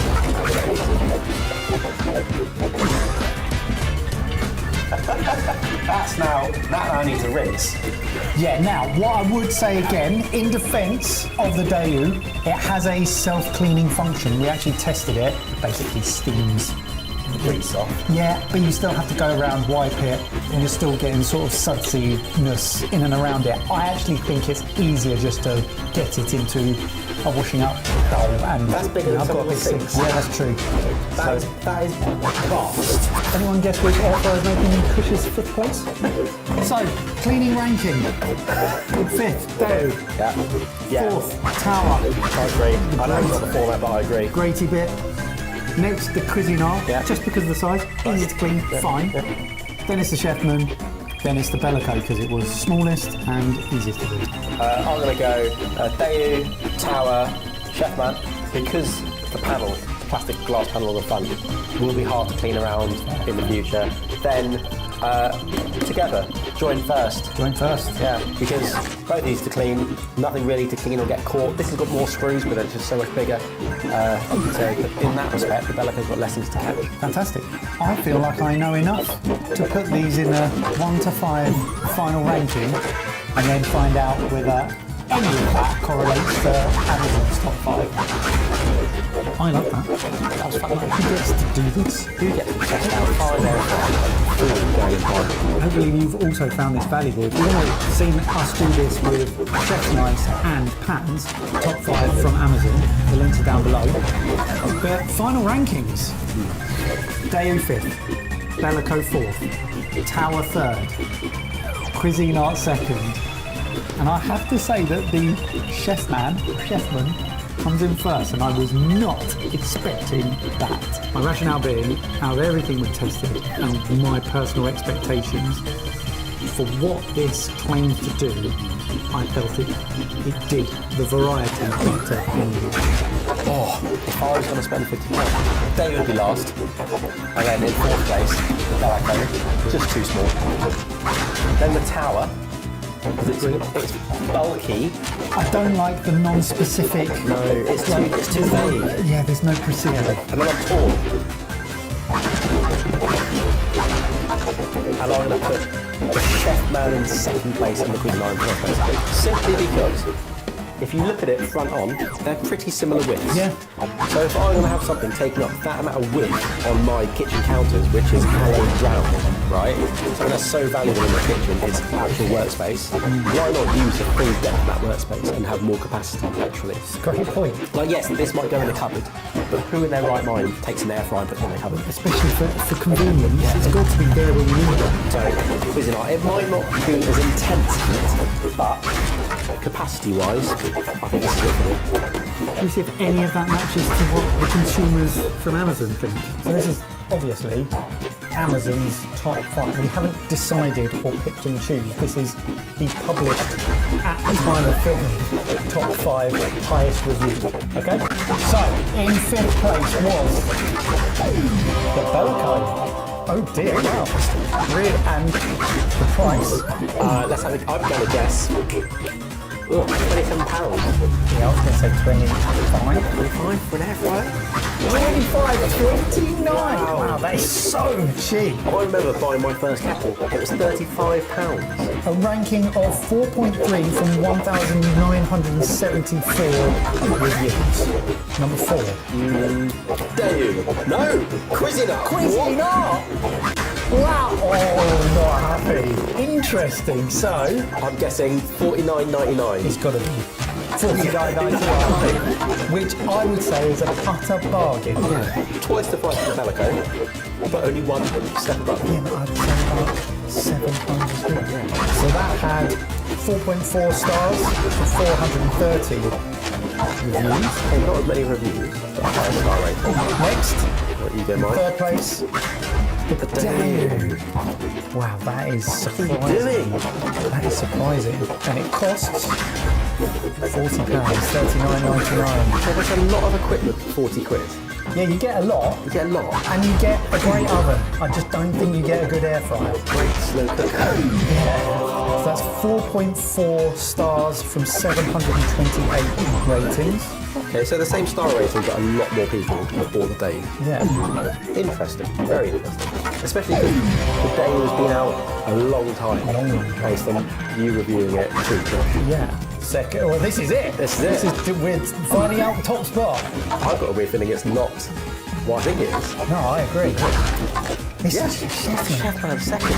The Chef Man in second. And how much is that? Based on This the could be digital nature of it, there's capacity. 47 pounds. I would say that is also a bargain. A 4.6 rating from 4,840 reviews. Now, for a brand I've never even heard of, I was impressed. A huge step up in the number of people that have bought that. Which means that number one goes to Tower. Just to the Tower.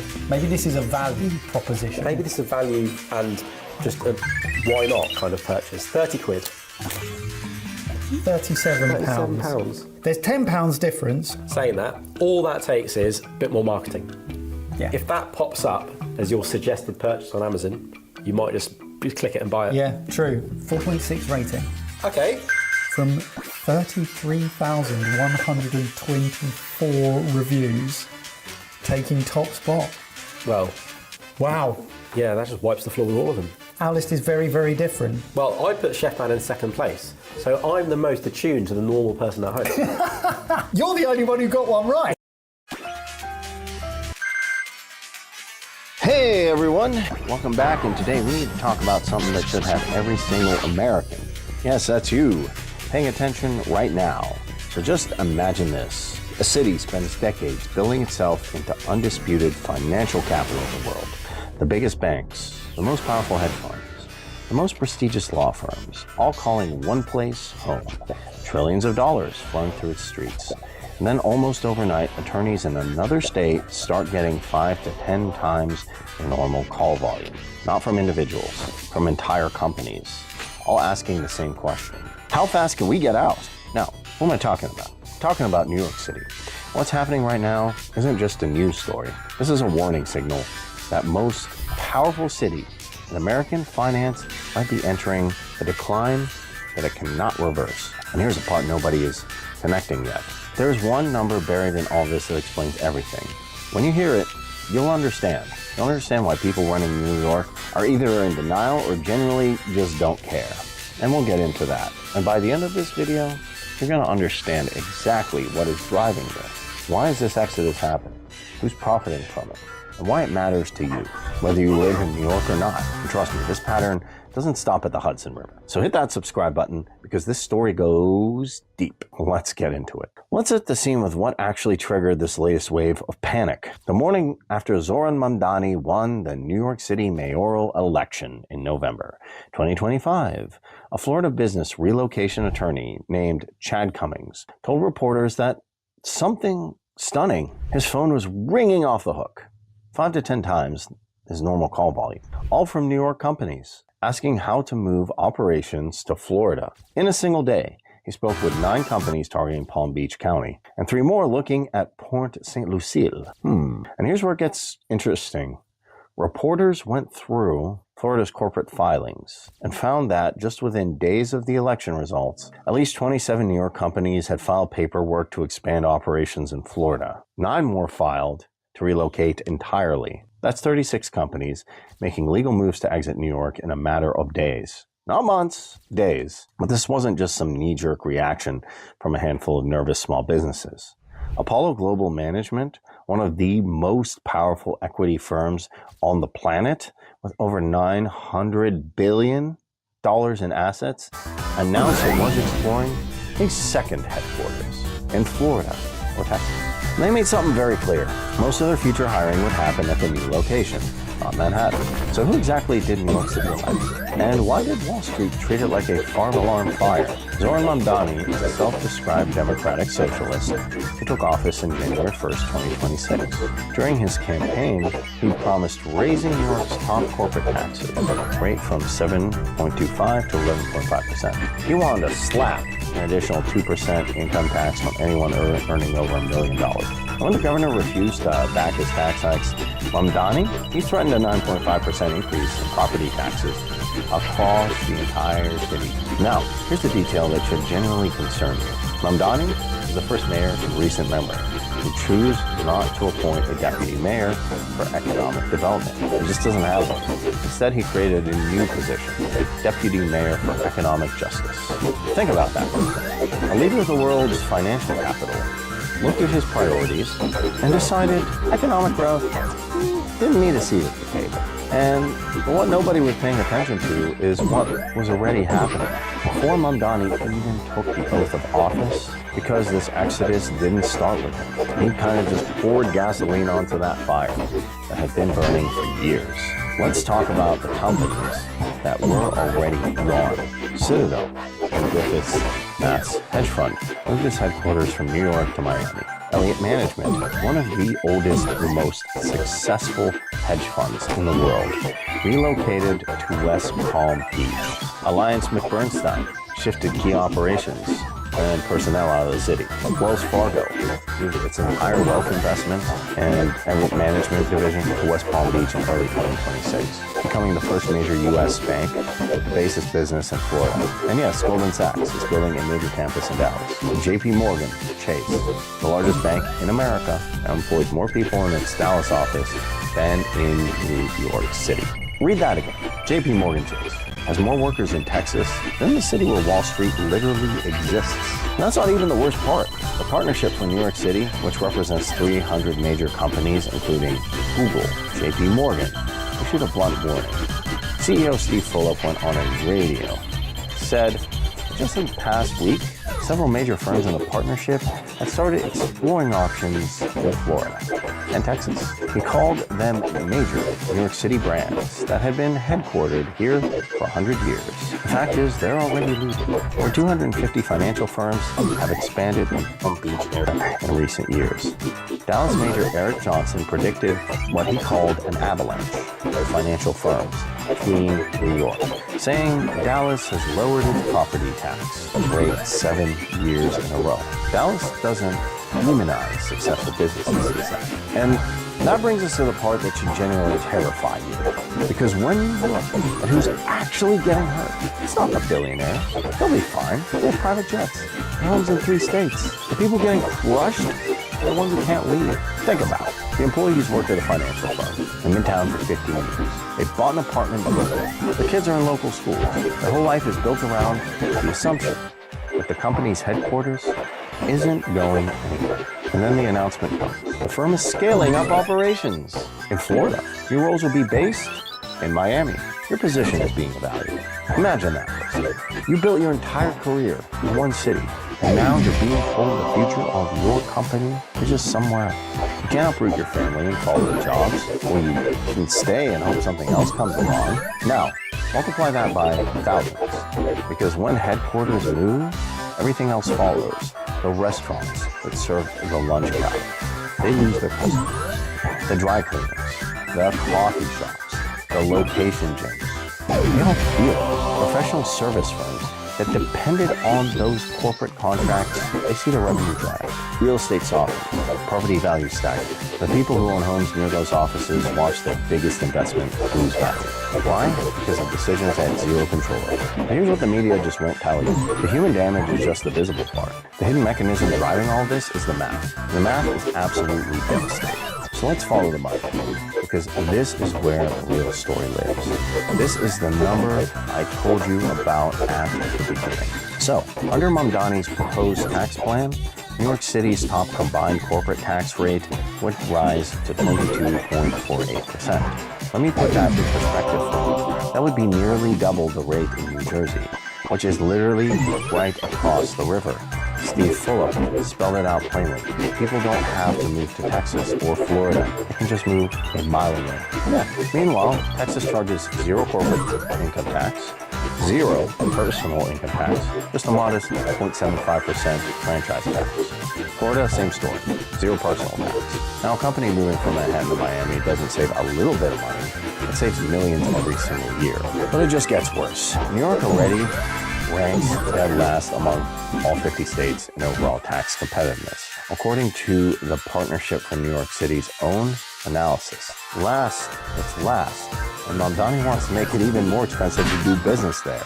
And here's the part they want you they don't want you to know. Because revised data from the Bureau of Labor Statistics shows New York lost 20,000 jobs in 2025. Not gained, lost. The city, comptrollers, had both expected an increase of around 40,000 jobs. That's a swing up of 60,000 from expectations to reality. But New York City was the only area in this entire state that posted negative job growth. Now think about what that means. The city is bleeding jobs, while its leader is proposing the highest corporate tax rate in America. Moody's has already shifted New York City's financial outlook to negative. The city faces a $5.4 billion budget deficit. And Mamdani's solution? Raise tax on who's ever left. Do you see the pattern now? And what are people in charge really doing about this? That's also the infuriating part. When Jamie Dimon, the CEO of the largest bank in America, wrote in his annual shareholder letter that there's already a fairly large exodus of people and jobs from high-tax states. Mamdani's office responded by pointing out the strong office leasing. And Steve Fulop warned that major corporations were heading for the exits. City Hall called it scaremongering. And when asked about the troubling job numbers, Mamdani acknowledged they were troubling. Then he pivoted to talking about office space. So, here's just the sick irony of all this. Mamdani's proposed tax increases are supposed to close with a $5.4 billion budget gap.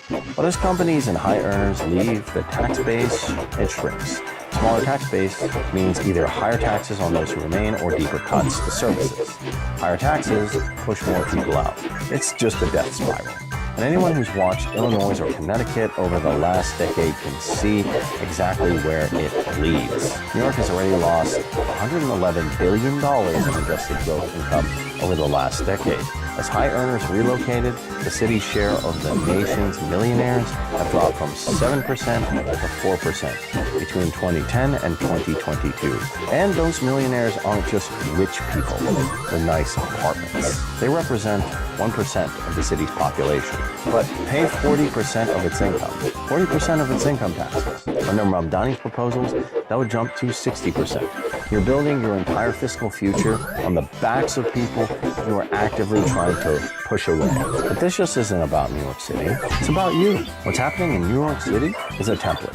The same formula is absolutely playing out in California, where a proposed wealth tax is accelerating an exodus of billionaires in Illinois, where corporate departures have hollowed out entire communities in New Jersey and Connecticut, where high earners have been quietly relocating for years. The formula is always the same. High taxes plus heavy regulation plus political leaders who treat businesses as adversaries instead of partners equals exodus. And exodus means fewer jobs, lower wages, declining property values, and worse, public services for everybody who stays. So, even if you don't live in New York, even if you don't work in finance, this affects you.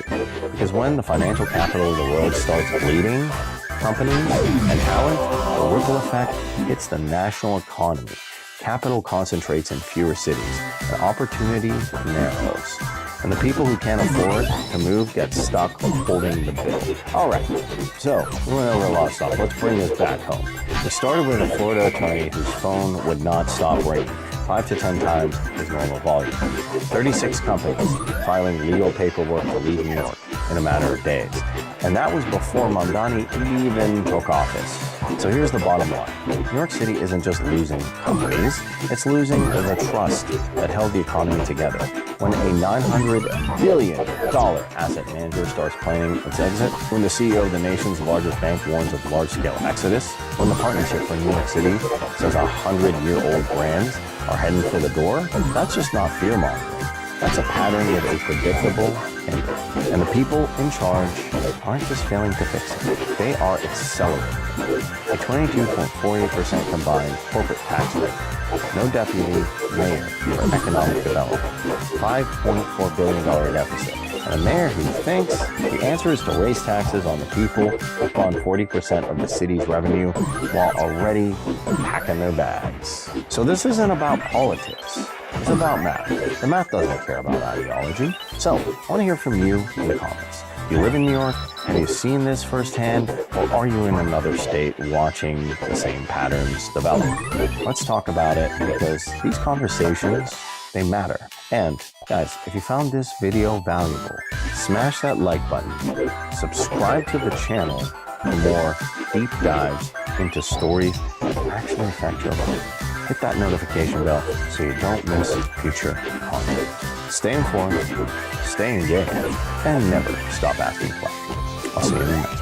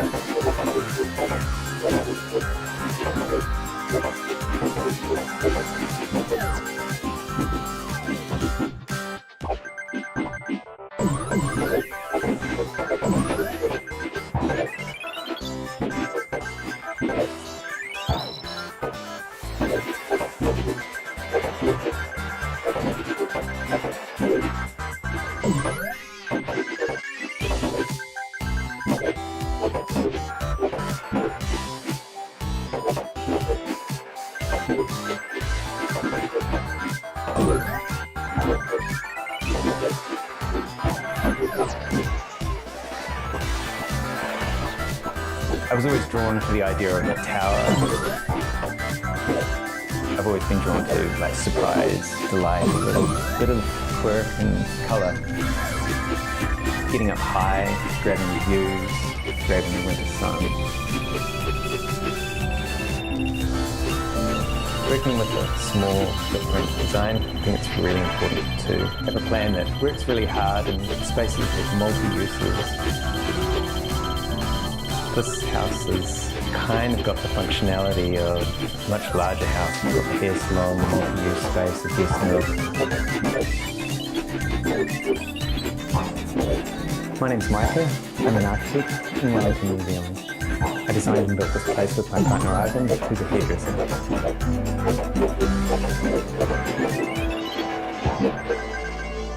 Wellington's a really special place. It's nestled in between the coast, the harbour, and these amazing hills. We're in the suburbs of Brooklyn, high up on the ridgeline. We've got these beautiful views as well to the south. What's kind of amazing is that once you get up onto these hills in Brooklyn, we feel like we're a world away from the city. Back in 2017, a couple of friends bought their first home, a bungalow. I noticed they had this crumbling garage up front.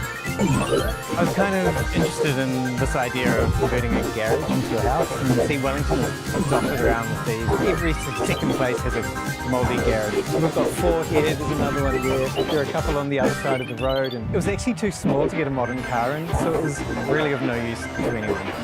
I was really drawn to the site, but with the idea of living really close to my friends, but also because it was going to be a real challenge. So the influences for the house, Roger Walker is a really well-known Wellington architect from the 60s and 70s. His places are filled with light, colour, varied forms. He loves a bit of drama. When I was a kid, I got given a book by my dad and there were sketches of his places. And Dad used to take me around and we'd try and find them on the whole around and maybe we'd see a turret or the greenery or something. The house is basically an extruded garage into.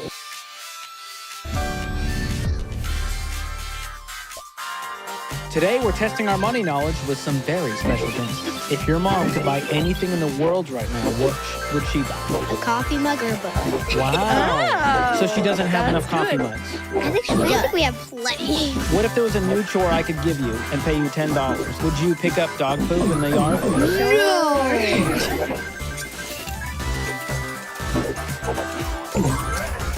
Hey guys, I'm Rachel Cruz. I'm George Camel. And this is Smart Money Happy Hour.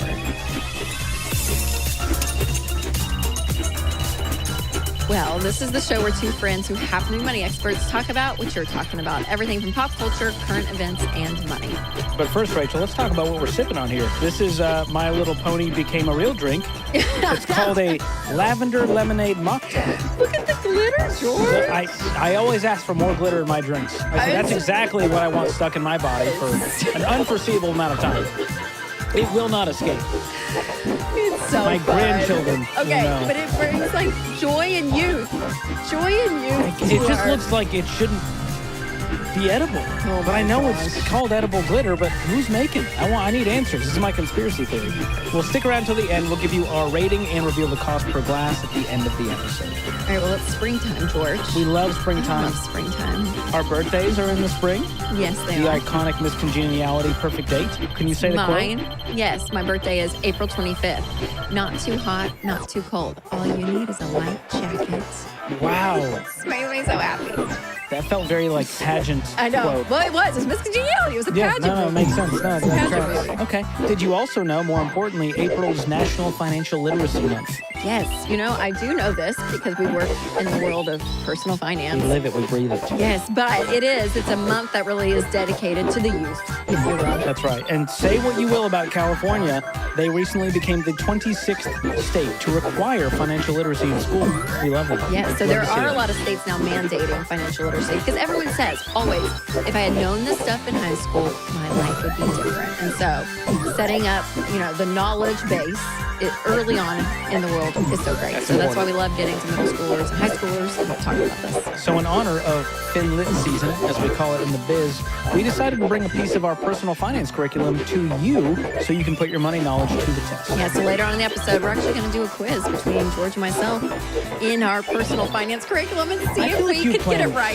You love anything competitive. It gets super tactical though. Like it's not just like what's baby step 4. Okay. It's like talking about W-2s and stuff. And you guys will play along in the comments. But first, we created a special money quiz for some very special guests. So let's get them up here. Welcome. Here they are. Hi, girls. Hello. Should we introduce them? Do the people know who these are? Why don't you say Who your are they? full name and see if they get a hint of who they are with their last name. So what's your name? Carolyn. What's your last name? Cruz. Cruz. That's right. My daughter, Carolyn. How old are you, Carolyn? 7. What grade are you in? First grade. That's right. And you? Amelia Cruz. Amelia Cruz. I'm pretty much 10. We'll round up. That's right. When this airs, you'll be 10. Yeah. Yes, that's right. Yes. And what grade are you in? 4th grade. Awesome. Okay. I want to chat about money. Who do you think is smarter when it comes to money so far in life? Who handles money the best? Dad. Okay. Sure. Okay. Not the answer I was looking for, but it's the answer I wanted. Between the two of you, are you better at saving money? I'd say yes. Okay. Are you better at spending money?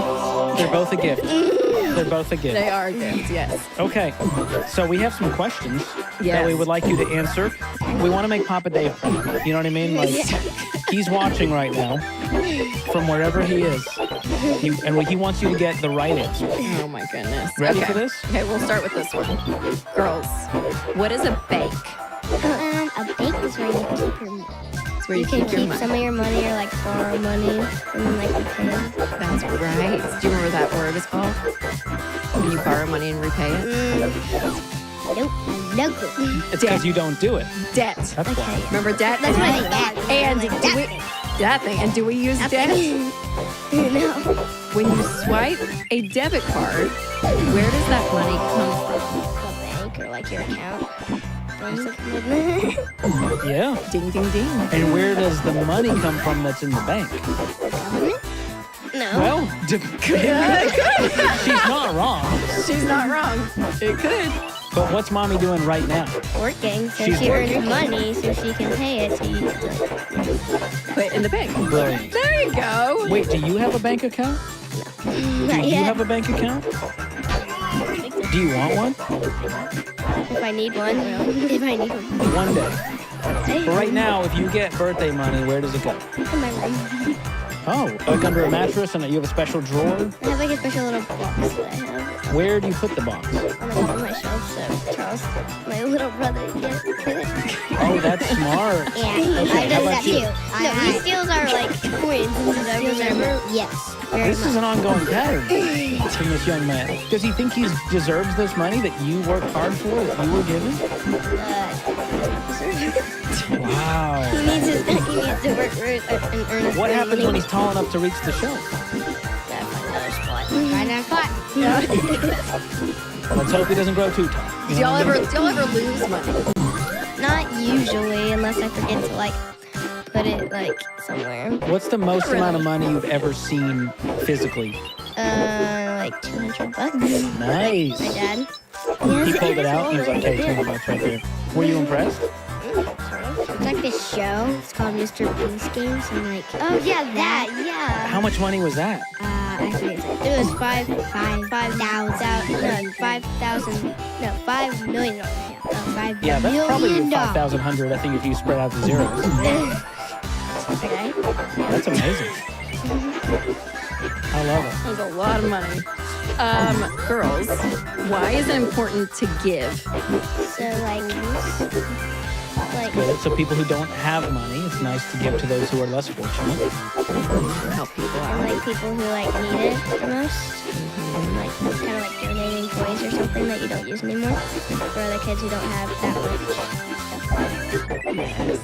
And when y'all have done that, what does that do for you? Kind of makes me feel better sometimes, but like sometimes like I accidentally donate a toy. Like you could do that and like not want to. That's fair. So you don't always want to give things away, but sometimes we have so much that we're like, we gotta pick something. Something's gotta go. Is it hard for you, Caroline, to give, or do you like it? I kind of like it. You like it? It's good. Depends on what it is. Classic saver and spender right there, you know? We always say it. Give it away. Give it all away. Okay, this one's about mom. Can you be honest? If your mom could buy anything in the world right now, what would she buy? A coffee mug or a book. Wow. So she doesn't have enough coffee mugs. I think we have plenty. Okay. She just likes to have a lot of all of it. Like new clothes. New clothes, coffee mugs, and books. Yeah, that sums it up. What about your dad? What would he buy? Maybe like some new tools or like Some bricks or something? no, like a new like I don't know like wrench or like Oh yeah, hammer. new wrench. So he'd like go to like Home Depot or something and want to get some Yeah, tools. he does that a lot. So far, he's been looking at like bird feeders or something. Oh yeah, that sounds like him. I've heard he's into rocks. Oh yeah, or like doing a garden. Okay, so can you go buy a rock somewhere? Do they just have rocks for sale? Probably like a bag of rocks. Yeah, it makes sense. Someone's got to get the rocks and then sell the rocks. What are you saving up for right now? You have everything you could ever want. Is there anything you want that mom and dad said no to? An iPhone. Oh. I'd buy another like pillow or something like a squishmallow. Oh, I love Squishmallows. Let's talk about Target. You know your mom spends a lot of time at Target. And a lot of money. She does. She donates a lot of money to Target and they give her stuff. Where else does she go? Old Navy. Old Navy. Yeah, that's Okay. a good point. We go shopping there sometimes. What about Normally fast just food? order it online like groceries and stuff. Like you never go to the store. she never goes Never Reading to a the book. grocery store. Okay, so you're saying she's lazy, doesn't go to the grocery store. And Kind of. Yeah, Okay. and even maybe She does that every morning, every Saturday. So a perfect Saturday Mimi for says Mom you need to get out more. is she goes to Target, Old Navy. How does she eat? Exactly. How does she get She food? orders it online. Okay. What about fast food? Do you ever get to go through a drive-thru or something? Sometimes. What's your Depends favorite on spot? Chick-fil-A, Sonic. Chick-fil-A. What's your order? 8-count nugget. Yeah, 8-count nugget. Yep. With like fruit. No, Caroline, you don't always eat like stop. It depends how hungry I am. Okay. Sure. Sometimes she's famished. You know how much an 8-count grill nugget meal costs? Guess. $8? Like Pretty good, actually. Yeah, it's pretty spot on. How much do you think it costs? like an 8-count, because it's an 8-count meal, so $8. Because there's 8 nuggets. That makes Correct? sense. Okay, that makes It's in the name. Yes. They're counting out $8 and you get 8 nuggets in return. Yeah. So $1 per nugget Yeah. is what you're willing to pay. Yeah. That's pretty good. If you wanted to buy something at Target, how would you get money for it? Either by earning it or what? Yeah. How do you earn money as a almost 10-year-old? Doing chores, like doing chores, and like when mom and dad go out of town, I take care of June sometimes. Oh, so you take care of the dog and you get some money. Dad Okay, pays. what's the most lucrative chore, the one that would make you the most money? Taking care of June. I get cleaning the whole playroom. How much is That's that? only like $5. Oh, she's making double taking care of the dogs. Maybe you should switch. Exactly. Okay, so how much It's can a you make in a living week? If you do all the chores, how much could you make in a week if you really worked hard? No, mom doesn't always pay us for like unloading the dishwashers. Yeah, that's a family chore. That's smart. 3. No, it depends though. I'm serious. Do you pay mom for cooking ever? That's what I thought. Some things you just do for the good of the family. Yes, part of the family. What's your least favorite chore that you get paid for? Doing the dishwasher. Oh. I love doing that. It's actually kind of fun.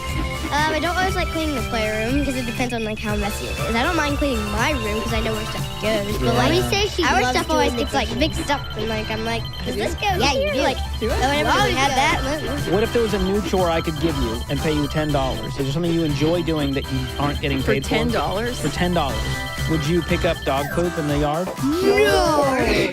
You wouldn't do it for $10? I do it for 20. When I was a baby, mom said she could do everything except dog food. That was her one thing when getting a dog. Because I gag. You gagged at the fish when you were cooking. I do gag. They bought a fish. And it was, Here I did, not me. and it was in the kitchen. I was cooking. I was like, so gross. It's gross. I'm very sensitive stomach. We all have our limits. Okay, can we do some math? I heard you're really good at math. I hate math. You hate math. Just throwing that out. And you got first I don't want place to do it. Yes, so in annoying. Cahoots. Yes, And you're class president as of today, yes. along with Cole.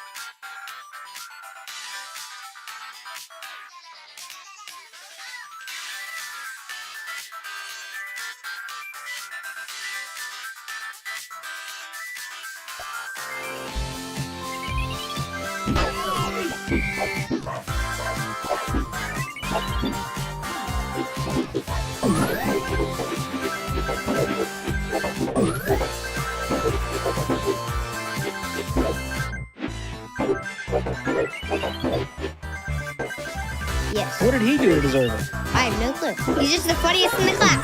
He doesn't deserve it. You know what? Take down the patriarchy. That's what I say. He sounds really mean. How much money is this? Ready? Count it in your head. 4 quarters, 1 dime, and 1 penny. What does that add up to total? I have no clue. Wait, can you say that again? 4 quarters, 1 dime, 1 penny. I have no clue how much. $1.11. I do not do that. I'm learning decimals in school, so like. Oh, good. Well, I just moved on from that. So a quarter is how much money? $1. Well, no. 4 quarters. Sorry, 4 quarters is $1, but 1 quarter is 25 cents. Okay, so 4 quarters, 1 dime, 1 penny. What's the total amount? $1.11. There it is. Well done. Good job. Good job, girl. Good job. Okay, do we have another? I think that's it. Any questions we missed that you think are important for the good of the group? What would you come to me for as your mom when it comes to money? And what would you go to dad for? I would go to mom, can I spend this on this? And I'm usually going to say more yes than dad. Yeah. Dad's always like, why don't you save it for something? Like, why don't we like just save it for something that you need?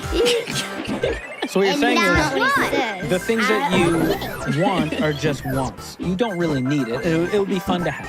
Yeah. What does he think you need that he thinks you should save for? A car, like, I don't know. Why Okay. a car? We're so young. But like, if you save, She has a keep point. like saving, you might add up to like get a car. Like, still little. Okay, do you know how much? You're 9. In the future. Coming soon. In the future. Coming fast. Yeah, you're going to be driving in what, 6 years? years? That's scary. Do you know how much a car costs these days? Oh, 15,000. Honestly, close. Somewhere in between. Feels like it, yeah. If that's Mr. Beast money, you know what I'm saying? Okay, so what do you expect when you get to drive? Who's going to pay for the car? Have you talked about that? Maybe like half of me and then like half of like my parents or like my husband if I get married in that point. So the husband buys the car. So at 16, you have a husband who pays for the car. Probably. I don't know. Okay. I really don't know. I don't know the future. Nobody knows the future. But husband to 16 is a potential. I like this plan. Do you know what car you'd want to drive? Yeah, I would get a or a gray van. Any kind of van. You just want a lot of room for activity. Or convertible. Oh, now we're talking. All right, girls, that was a really fun game. So we're going to let you go for a few minutes, but will you come back and do our Guilty as Charged segment with us? Yes. Wonderful. Okay, perfect. Here. Thank you, girls. I'm doing this. I want to do it every day now. I really... Yeah, you love it? So fun. It's fun. Anyone can have a podcast. Anyone can do it. We'll Literally. just get you a mic.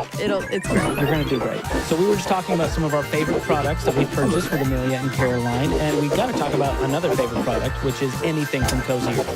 Love Cozy Earth, George. It's absolutely incredible. Like the quality of the stuff, you guys. It's amazing. And it's just beautiful. And I feel like this is a silly thing to say, but it's stylish. Like sometimes you buy stuff and you're like, oh, that's a weird fit. Like even the way it fits, everything, it is wonderful. In fact, my brother-in-law got him a pair of joggers for Christmas. He loved them so much, he bought another pair in a different color and then bought my sister-in-law some of the pajamas. And they were like, they're obsessed. So I feel like you're now a low-key influencer. I love Cozy Earth products. I do. From the sheets, the robe, I wore it this morning getting ready. Like I love all their stuff. The blanket is epic. My wife loves the PJ set. And so if you want to get some great quality products for the people you love or for yourself, we're giving our listeners and viewers an incredible deal. Up to 40% off. 40% at CozyEarth.com/smartmoney or use the promo code SmartMoney at checkout. This is your best bougie frugal life. It's time. Some of y'all need to upgrade. Yes. Cozy Earth is the way to do it. Go get you some athleisure from Cozy Earth. It's amazing. All right, George. So as we're talking about kids and money, let's break down some ages really quickly and just talk through some things that you can start applying to your own kids if you have them in your household to allow them to learn about money. Yes, that are age appropriate. Because I have a 1.5-year-old. There's not a whole lot I can do at this stage of the game. No.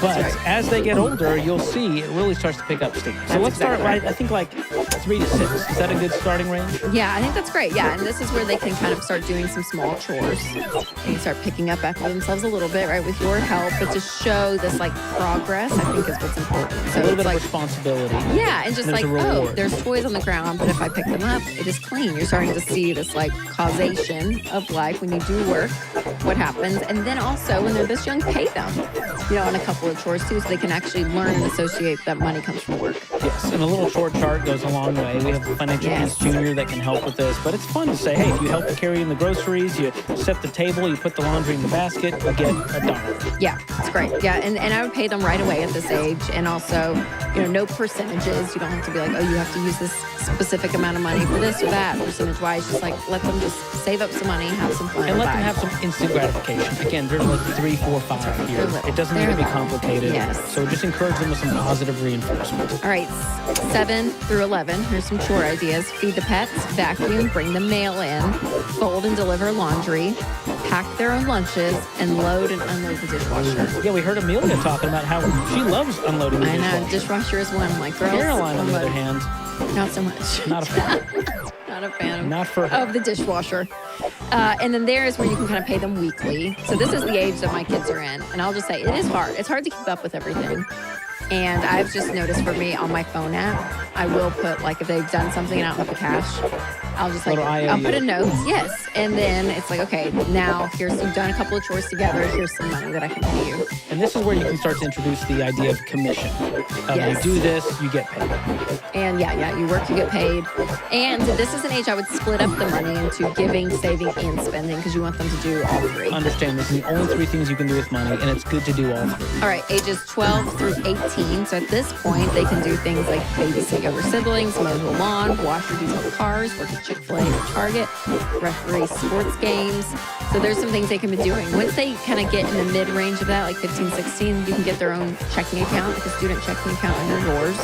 So they can learn about having a debit card and accounts, all of those things. But they really start becoming more and more independent with money, which is great. You want to like loosen the road a little bit. Yes. So when they're out on their own, they've been doing it. And that's the key, is by the time they're 12 to 18, they already have the foundation, the principles down. Now they're living it out. They're kind of becoming a little more independent. Yes. And it's becoming more real. I mean, they're actually getting paid. They got to figure out what a paycheck looks like, how to get it into their bank account, how to use the money, what happens when you're out of money. Just if Americans got a hold of this, we would not be trillions in debt. That's true. Just the basics, George. We just need the basics. It's that hard, it's that easy. So parents have a large role to play, and you wrote a whole book called Smart Money, Smart Kids that is incredible, that really helps outline all of this. So be sure to check that out. We'll drop a link in the show notes.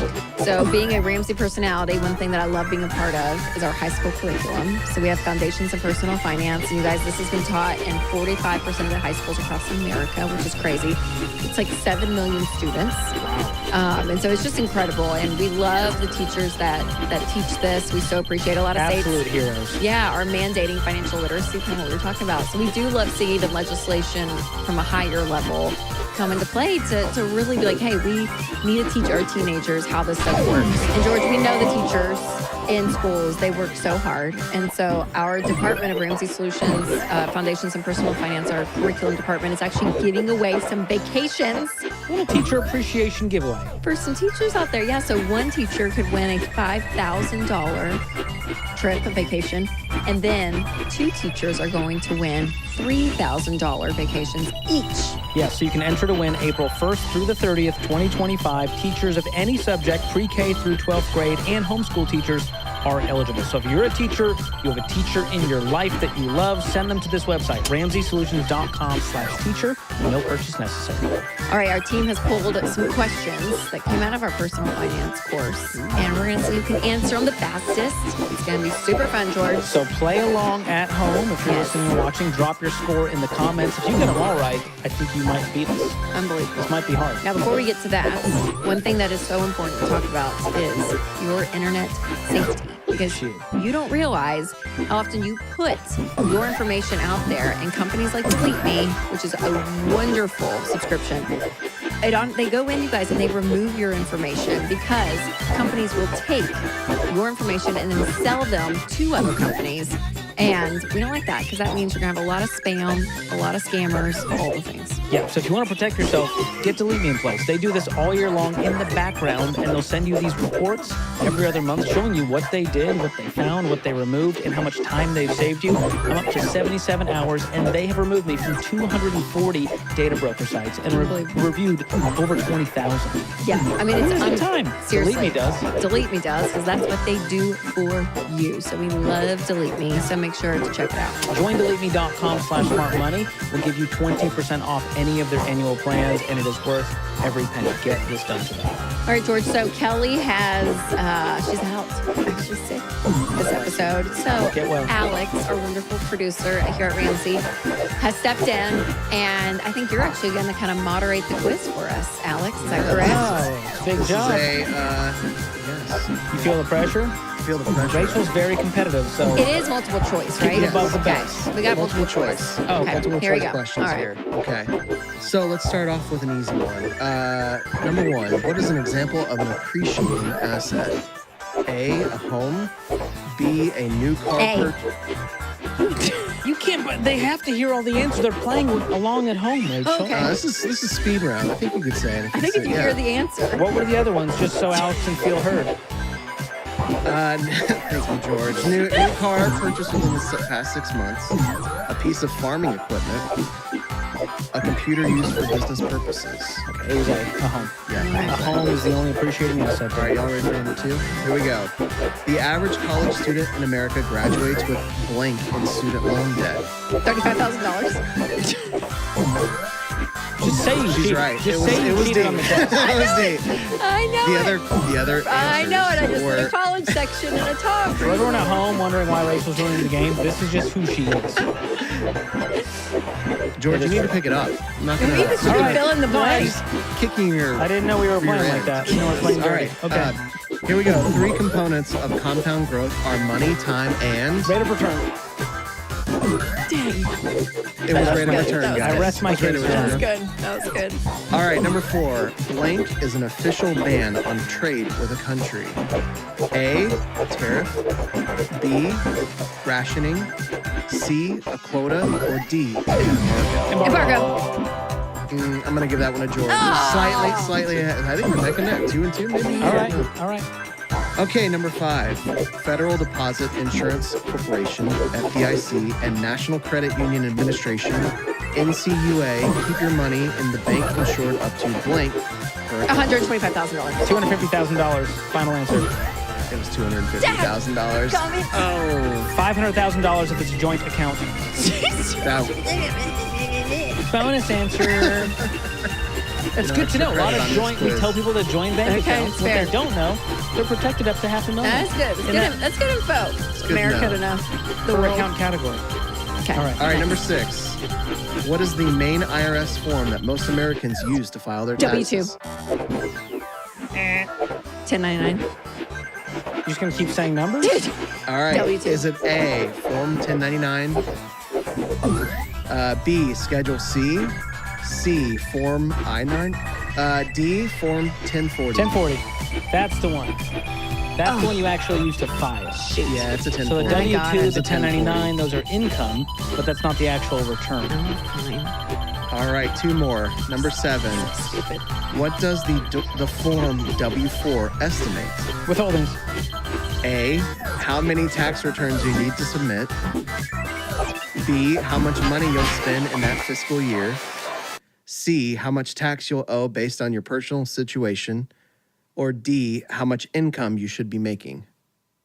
It's C. C or D? I'll give it to Rachel. It's C. But It's then you C. said or D, so now I feel like I should win that one. No, it's okay. It's C. fine. It's fine. It's great. So repeat we'll say that. we're Repeat kind the of- answer for us. How much tax you'll owe based on your personal situation. That doesn't feel like a dictionary definition, but I will let it slide. It's close enough. All But right. if you need to change your withholdings, it's the W-4 form. Yes. Okay. Exactly. There you go. All right. All right. Number 8. This is the last question. Okay. All right. Here we go. What type of interest rate is locked in and won't change Fixed for the rate. life? Rachel gets it. Sorry. Not sorry. But Not sorry. I think we tied. Yeah, it's close We enough. tied. 4-4, George. Isn't that fun? Is it fun to tie? So fun. Do you watch a football game where they tie and you go, isn't that fun? Isn't that fun? That means it's a good game. Now we have to go it's a into close game. overtime. So we like that. Yes. Oh, an overtime question? Yeah. All right, overtime question. Wait, you have it? No, he doesn't. Oh, I was like, oh my God. Unfortunately, I don't. Oh man, y'all. Well, that's good. I think these are pretty hard questions for us. Yeah, these are So I'm intense. impressed. These are intense. I do love when high schoolers go through the curriculum and they go home and they're teaching their parents about personal finance. Yes. Oh, it's the best. So here's what I will say. This is some final thoughts from me. Parents have a lot of guilt and shame and baggage when it comes to money, and there's a lot of things they don't know, and therefore they don't want to talk to their kids about it. But guess what? That means your kids are going to learn it from TikTok or whatever they heard on the bus if they're not going through our curriculum. And so it's on you as a parent to make sure your kid understands this. No, it's so true. And it's so fun, too, because we have seen people that have taken the high school curriculum, and now they're like, oh, yeah, I totally took your curriculum in high school, and because of it, I chose the right college that I could afford.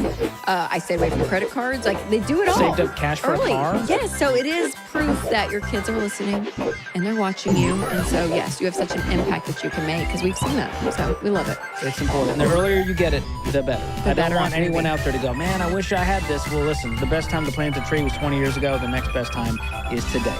So it's never too late to learn. You like that, old man wisdom? Wow, Farmer George. Hey, can I tell you, George means farmer in Greek. No, it doesn't. Google it. Unbelievable. Felt it in the spirit. So good. Okay, well, let's bring the girls back for our guilty as charged and rate our drinks. All right, girls, welcome back.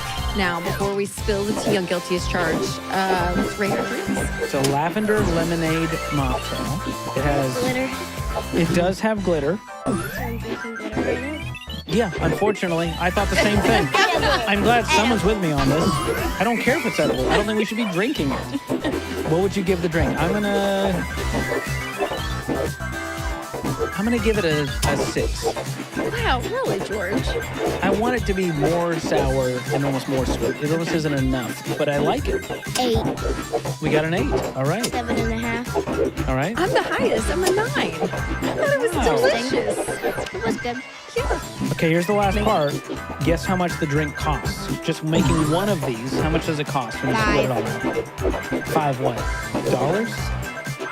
Okay. Is that too expensive? Or too No, pretty. Well, how much did it cost us to make? Not how much would you pay for it at a restaurant. Like individual items? Yes, you split it out. You got all the ingredients, you made it at home. What does it cost per drink? The glitter's probably like $2. And then like the lemons are probably like $5 for one lemon? Okay. Well, like We're getting somewhere. $2 each lemon, so lemons together would be 4. Okay, so and then Now we're the moving. glitter would be 2. That's 6. And it has sugar and water, dried lavender buds, and butterfly pea flower tea. Did you know that's when you were eating a butterfly? No. Wow. Yeah, that changes your rating, doesn't it? No, it's not an actual butterfly. It's a type of tea. Oh, okay. Well, I that made me think. scared. It's a flower. It's just the name of a flower, and then for some reason they decided to put the flower in our drink, which I think is not okay. Here's what it comes out to. Ready? 23 cents per drink. No. Less than a quarter. Unless they would, I don't know why the team would lie to me. Wow, that's a cheap drink, y'all. Pretty good. That does not cost a lot of money, does it? No. So give it a try this weekend. We're going to put the recipe in the show notes and let us know what it costs you to make, because I don't even know where to get these ingredients. Unbelievable. I don't know where to get edible glitter. Exactly. George, I think now it's time for Guilty as Charged. And this is where our producer, Alex, is going to give us a new Guilty as Charged question. We get a new question every week, girls. And if you're guilty, which means if you've done this, you got to take a sip of your drink, okay? All right, So Alex. this question's for everybody. So girls, weigh in. All All right, here we go. Have you ever bought something with your own money and regretted it or never used it at all? Oh, that's a good one. No. Never? You used everything you've ever wanted in your life. Anything you bought that you thought, oh, I should have bought that. Pogo stick because it was too hard. No, but I took the pogo. Drink it. I know it. I took the You're pogo. guilty. I'm guilty too. No pogo I stick. really don't think I did, but like Wait, did you get a pogo stick for free? Yeah, I Very generous of you to donate it to a friend. did. after I gave her the pogo stick, I'm like, let's buy another one. Like an easier one. Because there's like this one where you pull up something and then you like hold it up and like bounce and it bounce on it. But it's like and it squeaks so annoying. Charles likes to do it. He's like, I do it all around the house. But it's hard to go down the stairs. Yeah, I would not suggest that. It feels very dangerous. Very dangerous. Okay, so we got Pogo stick pogo drama. stuff. It was a drama moment in the house. Feels The like a pogo lot. stick drama was very real. I feel like you should give her something in return that you're not using. I'll think about it. All right. That's good. She's not gonna. How about you? What's your last regretful not used purchase? Last regretful purchase. I bought 2 dresses. I just saw this in my closet recently. So I bought 2 dresses for our Christmas party, for Ramsey's Christmas party, and I didn't wear one. And there was one I was going to take back. And now if I do, it's on sale, and I won't get as much for it. And I haven't worn it. But I might just keep it. I'll see if I regret later. That is really sad. I think it's So close. she said it's sad. It's sad. You know what I thought? I thought I could be a sweater guy. And so I bought some like nice sweaters. Okay. And I never pull them out and go, I'd love to put on a sweater today. I'd love to be hot indoors and then regret it and not be able to take this off. Okay, that's fun. Well, hey, I'm glad that you have no regrets in life so far. I've had different, like, I don't know, like different things that I've read, not like my mind. Not stuff you've bought. That's She's good. a saver, and Amelia, she waits a little bit to buy something. I would say, yeah, you're not as impulsive. How much are you looking to save? Like, what would be a crazy amount if I could save this much? It really depends on like if I'm saving for something. $500? I don't know. I don't think I need that much to like buy something. Yeah, that's true. What are we buying out here for $500? I'd like a video game system? Something Daddy that bought you something. need. But you guys have everything you want. Your parents take care of you. For now, yeah. You're not suffering at all. You're living a great life. Okay, my one last request. Can I come over for a pool day? Yeah, of course. Yes! Anytime. We got it on camera. Can't take it back. Come and swim this summer and bring Mia. Probably this not. little Oh, girl. yeah. Can you teach my little daughter how to swim? Try. She's only 1.5. Not very good. Yeah. But you're saying you could teach a 1.5-year-old how to swim? No. With floaties, yes. So they would. Sure. I appreciate that. Pool safety. Very excited. Number 1. Well, thank you for answering honestly for the guilty as charged, and we need more of those questions. So for everyone listening and watching out there, DM us your guilty as charged questions you want to see answered on the show at Rachel Cruz and at George Camel with a K, and maybe you'll hear your question in a future episode. Well, girls, thanks again for coming in, spending your afternoon with us after a long day at school. Thank you, thank you, thank you. Love you both so much. And if you guys loved this episode, make sure to check out the episode we have of I Was Today Years Old. You can click the screen for that one, or if you're listening on podcast, we'll put a link in the show notes. Make sure to subscribe to this channel so you don't miss an all-new episode of Smart Money Happy Hour.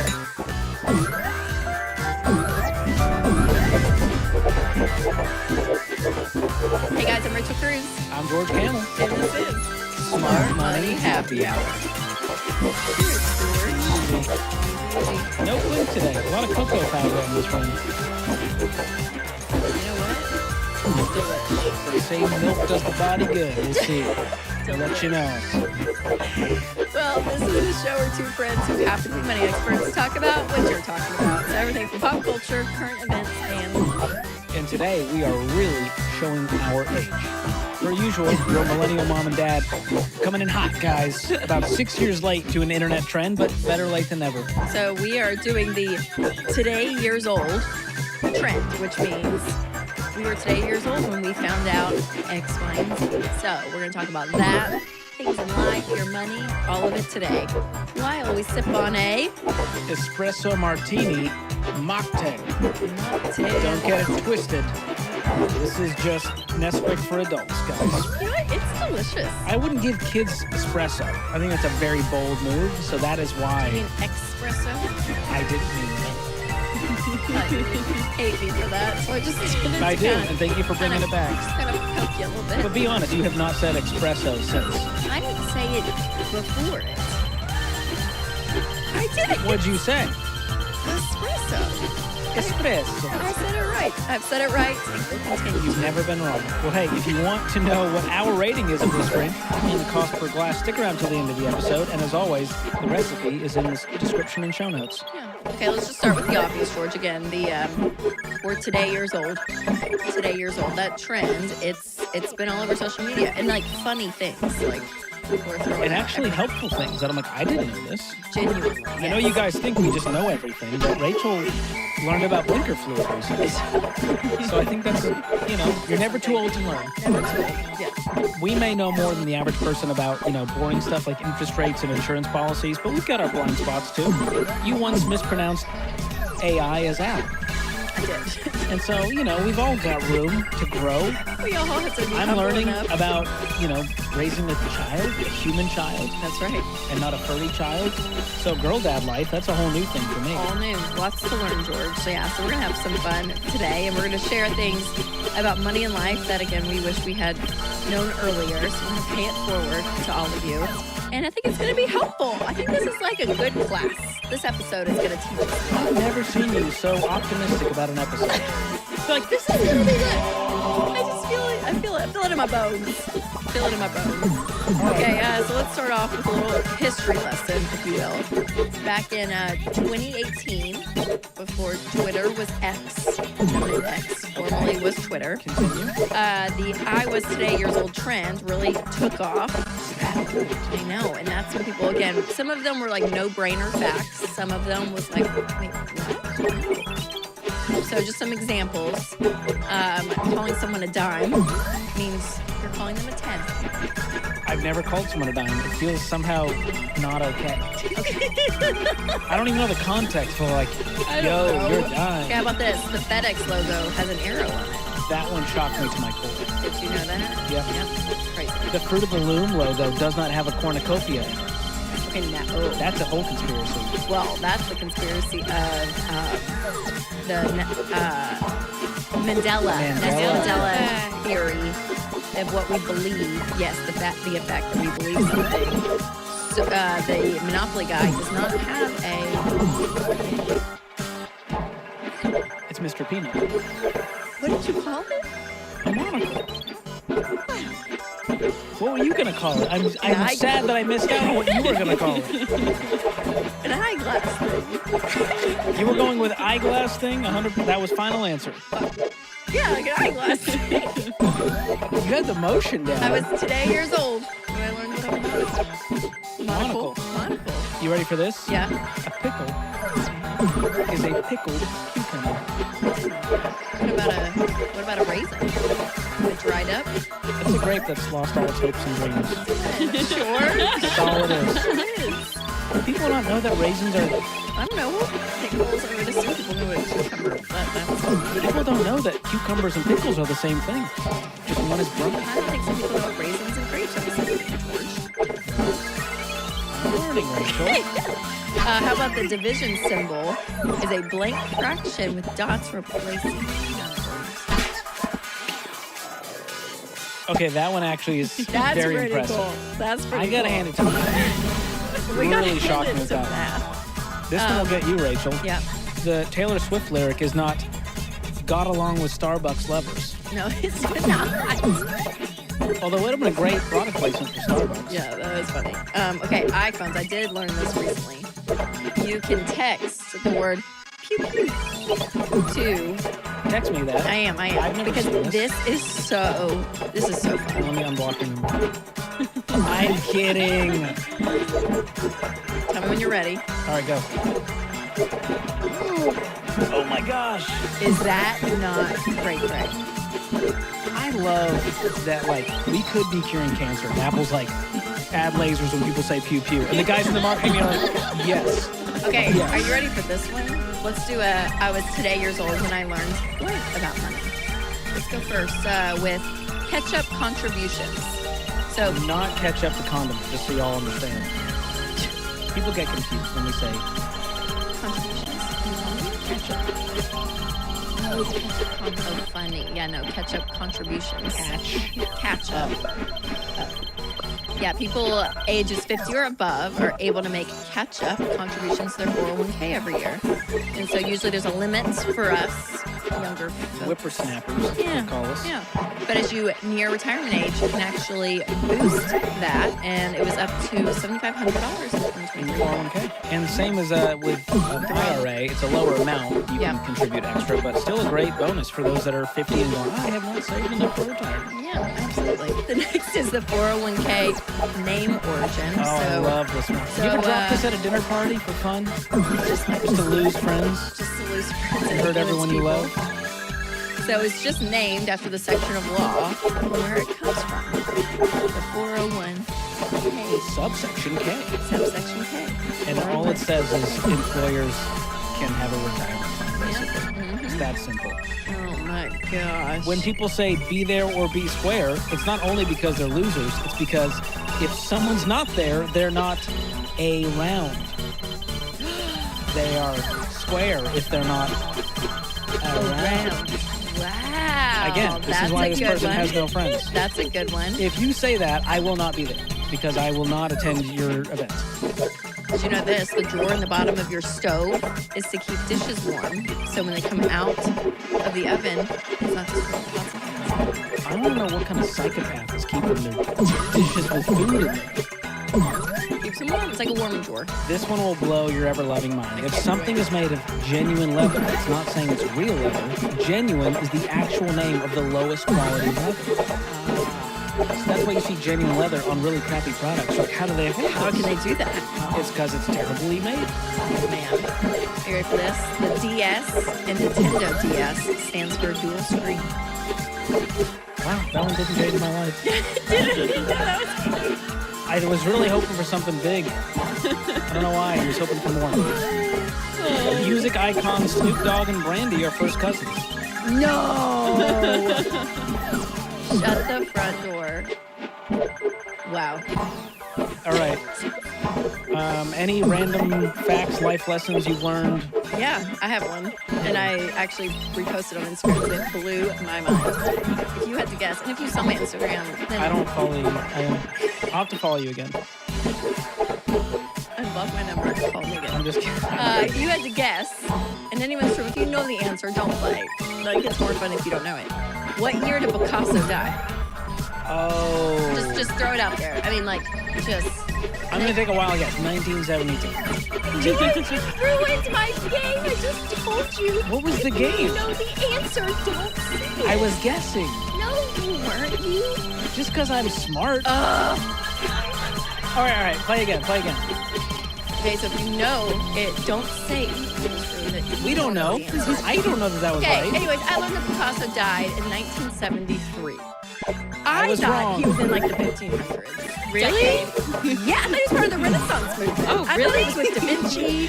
No, girl. Picasso. I would put them all together. Beethoven would hang out. All together. Picasso.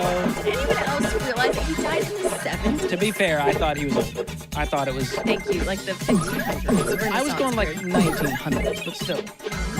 Wasn't that far back. I just His work is timeless, that's why. I just couldn't believe it. Couldn't believe it. That's my today years old when I learned that. Yeah, that's a good one. You want to know a really bad one? Are you ready for this? Okay. I was texting my friend Christy Wright, and I said, I would have done that, if I could have or something. And she wrote back, C-O-U-L-D, could. Have, H-A-V-E. That's all she wrote back. And I was like, what? And she was like, you didn't say that word right. It's could have. I was like, grammar, please. And she was like, no, for real, like, no. And I was like, what did I write? And I wrote, could have. Could. Could Instead of the contraction, genuinely, was typing as the spirit led, and I wrote. This went on for years. No, not years, just that text to. But I don't know. Have I been doing that for years? I don't know. Could have But I been. was like, oh my gosh. She was like, yeah. So anyways, we laughed about it a lot. But I wrote, could have. I'm glad that's a true friend. That's like someone's like, hey, you got something in your teeth. You know what I mean? She was like, I was like, grammar police. She's like, no, it's not even grammar. It's the actual wrong word that you're using. Anyways, I did that. Thanks, Kirsty. Give us something dumb you just learned about, George. I just Google things when I don't know. So it feels like, I don't know, there's a lot that I'm like, oh my gosh, this blew my mind when I found out. Did you know that you need to cut the stems off flowers when you add water back in? I didn't know that. Yeah, and I heard from recently you can put a little bit of bleach and is it baking soda or something in the water and it keeps them fresh. Oh, the flowers. Another one for you. Okay. Putting a little splash of white vinegar in the laundry helps deodorize, and it's a natural deodorizer. Very clean. It's like Crunchy Mom's. Love it. How about a lemon? A lemon does a lot in the kitchen. You can actually take it, put salt on it. Oh, yeah. Clean Scrub grills off? your sink. Yes, all of that. And then you can actually put it in your dishwasher. Wash your dishes with a lemon, half of a lemon, and it comes out and it is like just lemon. Yep. All the acidic and stuff. Yeah. Investing best practices. So the best way to invest, we always teach, is 15% of your income into retirement. You can do this, multiple ways, right? Roth IRAs, 401ks. The easy way to remember is 5 words. Match beats Roth beats traditional. So if you have an employer match, invest up to that. Then if you have a Roth IRA you can max out, go there. If you fill that up, you're not at 15%, go back to the 401k and finish it out. Yep. So and if you max all that out, things like the HSA is a great place to That's actually a good tip today years old, because that one people don't know about. The health savings account, if you have a high deductible health plan, you get an HSA attached to that. And that money can roll over year after year, and there's actually an investment portion that you can build up, just like you would in a 401k. Yep. And when you turn 65, if you haven't used it all, it kind of converts to a traditional 401k. Okay, yeah. So you don't have to just use it on healthcare, but you get the most benefit if you use it on healthcare, because it's completely tax-free. Yep, that's right. So that's the life hack with HSAs. Health insurance benefits taken out of paycheck. So insurance is the cushion, obviously, we need when it comes to healthcare costs and all of that. The bad news, even if you're eligible for benefits at work, usually some of it comes out of your paycheck. So again, this is it's a big part, and especially if people don't realize. When you see your first paycheck, sometimes you're like, oh, that's along with Social Security and Medicare and all that. Like, this thing's taken out. That's part of it. Yep. So the average cost per month with a family is $509. The average cost per month if you're single is $100. That tracks. There you go. I believe it. Tax write-offs. This is a very interesting one. There's a lot of tax exemption opportunities. Home renovations, teacher classroom supplies, charity and nonprofit contributions, child care, certain medical expenses, adoption credits, self-employed expenses. There's even a gambling loss credit. No way. Oh my gosh. You can't make We talked about this on the Ramsey Show together last time we hosted about tax write-offs, tax exemption. Like there's all these terms. Deductions versus credits. Yes. Yeah. So to walk through all that. Yeah, and the exemptions. Well, this is an interesting one. Deductions will reduce your taxable income. So it's kind of a trick. Think about before you get your tax bill, deductions help bring your taxable income down. Yeah. So instead of making 70, the IRS says, really, you made 60. And a lot of those are out of the exemptions. Yes. And then credits is kind of like a discount off your total bill at the end. So you get your tax bill, and then it's like, oh, I have the child tax credit. I can lower that down. So it's kind of a before and after. Deductions are kind of the pre, and then credits are sort of the That's right. But the write-offs come out of your income. And most people can only do this if they're itemizing, and for most people, it makes sense to go standard deduction. So a lot of these won't apply. Don't get your feelings hurt. Standard deduction can be a great way. So just you got to do the math, and a tax pro can help with that. How about this one, George? Did you know that pennies cost more to manufacture than what they're worth? That feels insane. I didn't know that. Feels right, though, right? It would take more than just a penny to make a penny. What are we doing with all these pennies? Government. Well, here's the stat. We're looking at you. It costs 2.1 cents to make a penny. There you go. The first universal credit card was made in 1950. So individual companies made their own version starting in the 1920s, but the Diners Club created the first single card eligible for multiple establishments. American Express folded shortly in 1958, and now they still are living large, all American Express. I share 36% interest rates. I share the story of how the credit card was made in my book, Breaking Free from Broke, in the credit card chapter. So I think it's interesting to go like, how did we go from a cardboard card for a guy who didn't have his wallet at a diner to now the insanity of a titanium card and you want to use it to flex and all the interest rates are insane. And now we're over $1 trillion in credit card debt as a nation. It's out of control. All right, the last one, George. Warms our hearts. It's for the youth of America. I could use some heartwarming. Personal finance courses in high school is now required in 23 states. Almost half of America is requiring seniors before they graduate to take a personal finance course. And I feel like that's what us millennials always wanted, you know? Can I give you a fun fact? Yeah.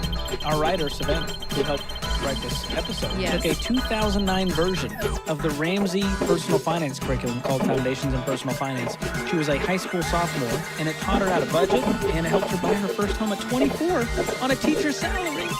It's too much. Like the full circle. We're so full circle. Well done. That's wonderful. So if you are in high school, badger your parents and the board of education, whoever's involved, the district, get the district involved and get Foundations in Personal Finance in your school. And I love talking to students and teachers who are part of this. It's great. RamseyEducation.com, fun plug for them there. And if you aren't in school, check out Financial Peace University. It's kind of the adult version of what we teach you there. Yeah. It's not too late to go learn some things, you know. That's really the TLDR here. That's right. Well, George, as we kind of wrap this up, what do you feel like we've learned in this happy hour? More than I wanted to, in a sense. You know? Is the knowledge just seeping out? Like you just know so much now? I think I thought there would be more like life-changing facts. And instead, it's like, if this was a trivia night at a local bar, I'd be like, oh, okay, you can use lemons to clean your sink. 1973. That is a good one. Forget it. That's a really good one. Not with Da Vinci. But yeah, the big one is you don't get a pass just because you didn't learn it in school. Like, you need to learn it now. Yes. It's not this fatal, like, well, I never learned in school, so I'm going to continue to rack up debt. Go learn. Go read one of our books or go to Financial Peace University, watch the Ramsey Show, and get educated on this. Yes. We need to get educated on non-money things. We have a lot of work to do. Yeah, but especially with your money, as you're learning, have the discernment to say, okay, how long has this person been teaching about this? The plan that they're throwing out there, has it worked for people? Has it not? Right? You kind of do have to sift through a lot of information these days because there's so much information out there, especially when it comes to money. So be wise. For the wrong stuff. Yeah, be wise with it. Common sense. Remember that. Always common sense. And baby steps are the clear, proven path. If you want to win with money, that's as far as you need to go. It's get out of debt, invest for the future, have an emergency fund. Save, yep. Simple common sense stuff. You're doing better than most Americans. True. So, we're cheering for you guys, lifelong learners out there. All right, George, it's almost the end of the episode, and we close out every episode with Guilty as Charged. And this is where our producer, Skylar, gives us a new guilty as charged question every week. If we are guilty, we'll take a sip. Have you guys ever realized you've been mispronouncing the word your entire life? Yeah. I've already told you mine. I feel Rachel, you might I have. Just give us your top 10. I have one. Respect. Okay, I gotta remember it. Okay, it's not, okay, spontaneous. Spontaneity? Yep, you know what I said? Spontaneity? Spontaneity. I like that. What is it? What's the right way to say it? Spontaneity? Spontaneity. Spontaneity. That's what I would say. I would say spontaneity. Now I'm confused. But what's the right way of saying it? Okay. So spontaneity is the right way. I would say spontaneity. Spontaneity. I would say spontaneity. That's different. Yeah, I mispronounced it.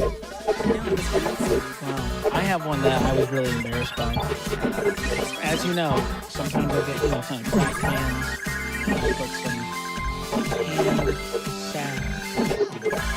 I didn't know it was pronounced salve. I was saying salve. And I was very disappointed in myself that the L was silent and no one told me for years. I mean, that feels very bougie though. I would have just said lotion. I was reading the front of Kiehl's hand salve. I can't.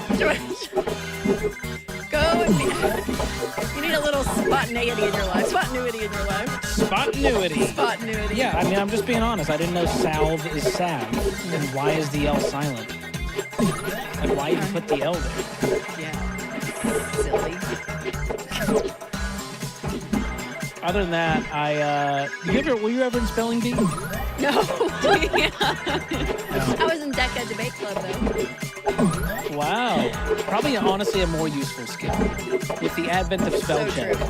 And voice text. Now the worst is when you voice text, or no, you try to spell on Google. That's what I'll do sometimes, and it doesn't even come up as like another option. And It's like we have no clue what you're looking for. It's real bad. Yeah.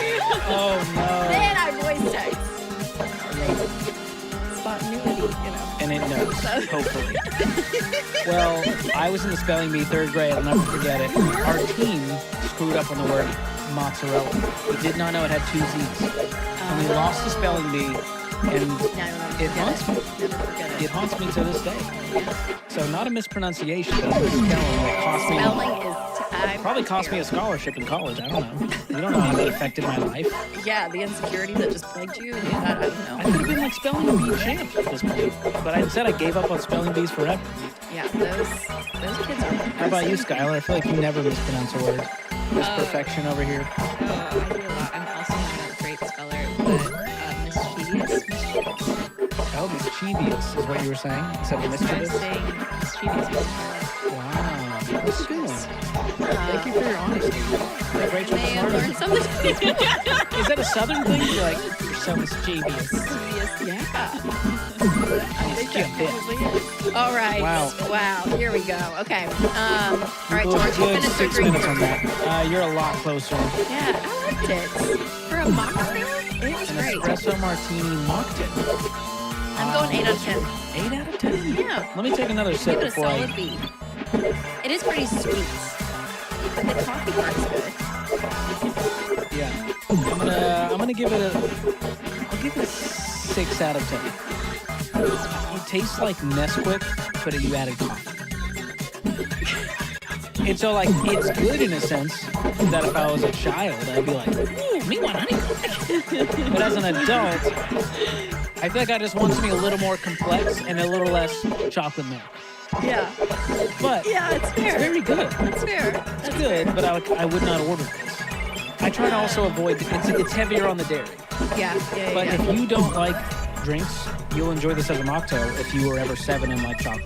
No, if you're out with friends and you don't drink and all your friends get espresso martinis, ask for a martini. I would do an espresso martini mocktail. That's fair. Join the group. Yeah. And add your And if you want to know what's in it, I'll tell you. It's got cold brew concentrate. You can always use espresso for a more classic taste. It's probably going to be a little more bitter than the cold brew, but it'll be a little more punchy. It's got heavy whipping cream, simple syrup, which I think is the sweetness that you're tasting, vanilla extract, a little salt, cocoa powder for the rim, and whole beans of coffee. That was a lot of work. Thank you. you. Say thank you. Thank you, Taylor. Well, I witnessed her making it back there, and I took a video. And it was awesome. Impressive. Very impressive. Yeah, so the cost breakdown is $2.15 per glass, but you will impress your guests with this one. Yeah, very fun. Don't drink it after 4 o'clock. Yep, and the recipe will be in the show notes. And George, it's closing time. You guys, thanks so much for listening and watching this episode. If you loved it, make sure to leave a review. Let us know what you love. We read them. Appreciate you guys. And make sure to subscribe and share with your friends and your family. And we'll see you next Thursday on an all-new episode of Smart Money Happy Hour.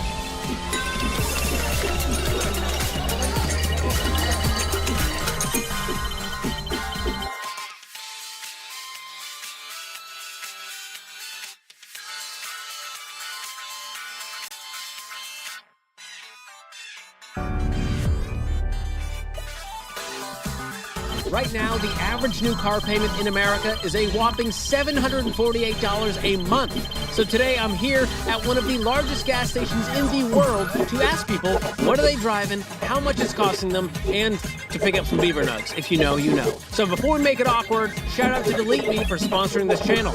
Let's get to it. We're gonna play a game, a little financial snap judgment. So you got a beautiful Hyundai here. Yep. Hyundai, if you're nasty. How do you say it? I don't know. Hyundai. Okay, you own it. I think you're the expert. What Hyundai is this? Palisade. Palisade. That's a great SUV. It's the full size. My daughter's car. Oh, nice. Okay, this makes it so much more interesting. I'm gonna guess if you have a loan on this car and what the payment is. Sure. Okay. I'm gonna go out on a limb and say you paid cash. You should be correct because I'm very financially responsible, but I made a huge mistake when I bought this car. No way! Tell us about it. We wanted to buy a car for my daughter, and we went into the place, and I normally do tend to not get loans and stuff, but I did get a loan for this car. Did they talk you into it? Was like the sales guy was like, well, you know, makes more. I can get the payment as long as you want, bud. Like they tried that, but yeah, I don't really go for that. It's just like the lowest, not the lowest payment, the lowest term. Yeah. You know what I mean? I went with that instead. So okay, so I'll guess now. I'll guess the balance and the monthly payment. I'm gonna say $26,000, $450 a month. No. How much? I owe 38, I want to say. 38,000 jumping Jehoshaphat's. That's a lot for a teenager. Right. Did you put a down payment on it? Yeah, I think so. Not much though. After the down payment, it was still 38 plus for the loan. Right. Yeah. What's the monthly payment? We also made a huge mistake of getting all the extra. Oh, I guess I can't swear, but you can. Hey, you can say whatever you want. The extra baloney that they try to talk you into. So you got like the warranty? Yes. All that. And I really, when I left that place, I felt stupid, like very stupid. Like, I can't believe I did that. So you immediately were like, this was a bad decision? Yes. Yeah. Immediately. You didn't walk back in and cancel it? No. All right, what is the monthly payment on this Hyundai Palisade? It is $900 and, I want to say 9 something. Call it 1,000. Mid-90s, yeah. Mid-90s. Man, and you're paying that. You're footing the bill for your daughter. Plus insurance. As the dad of the year. Or not. Well, you know, would you rather have a dead child or an expensive car? Well, here's what you just said. If you don't buy a $45,000 vehicle, your child will die. That's all I heard.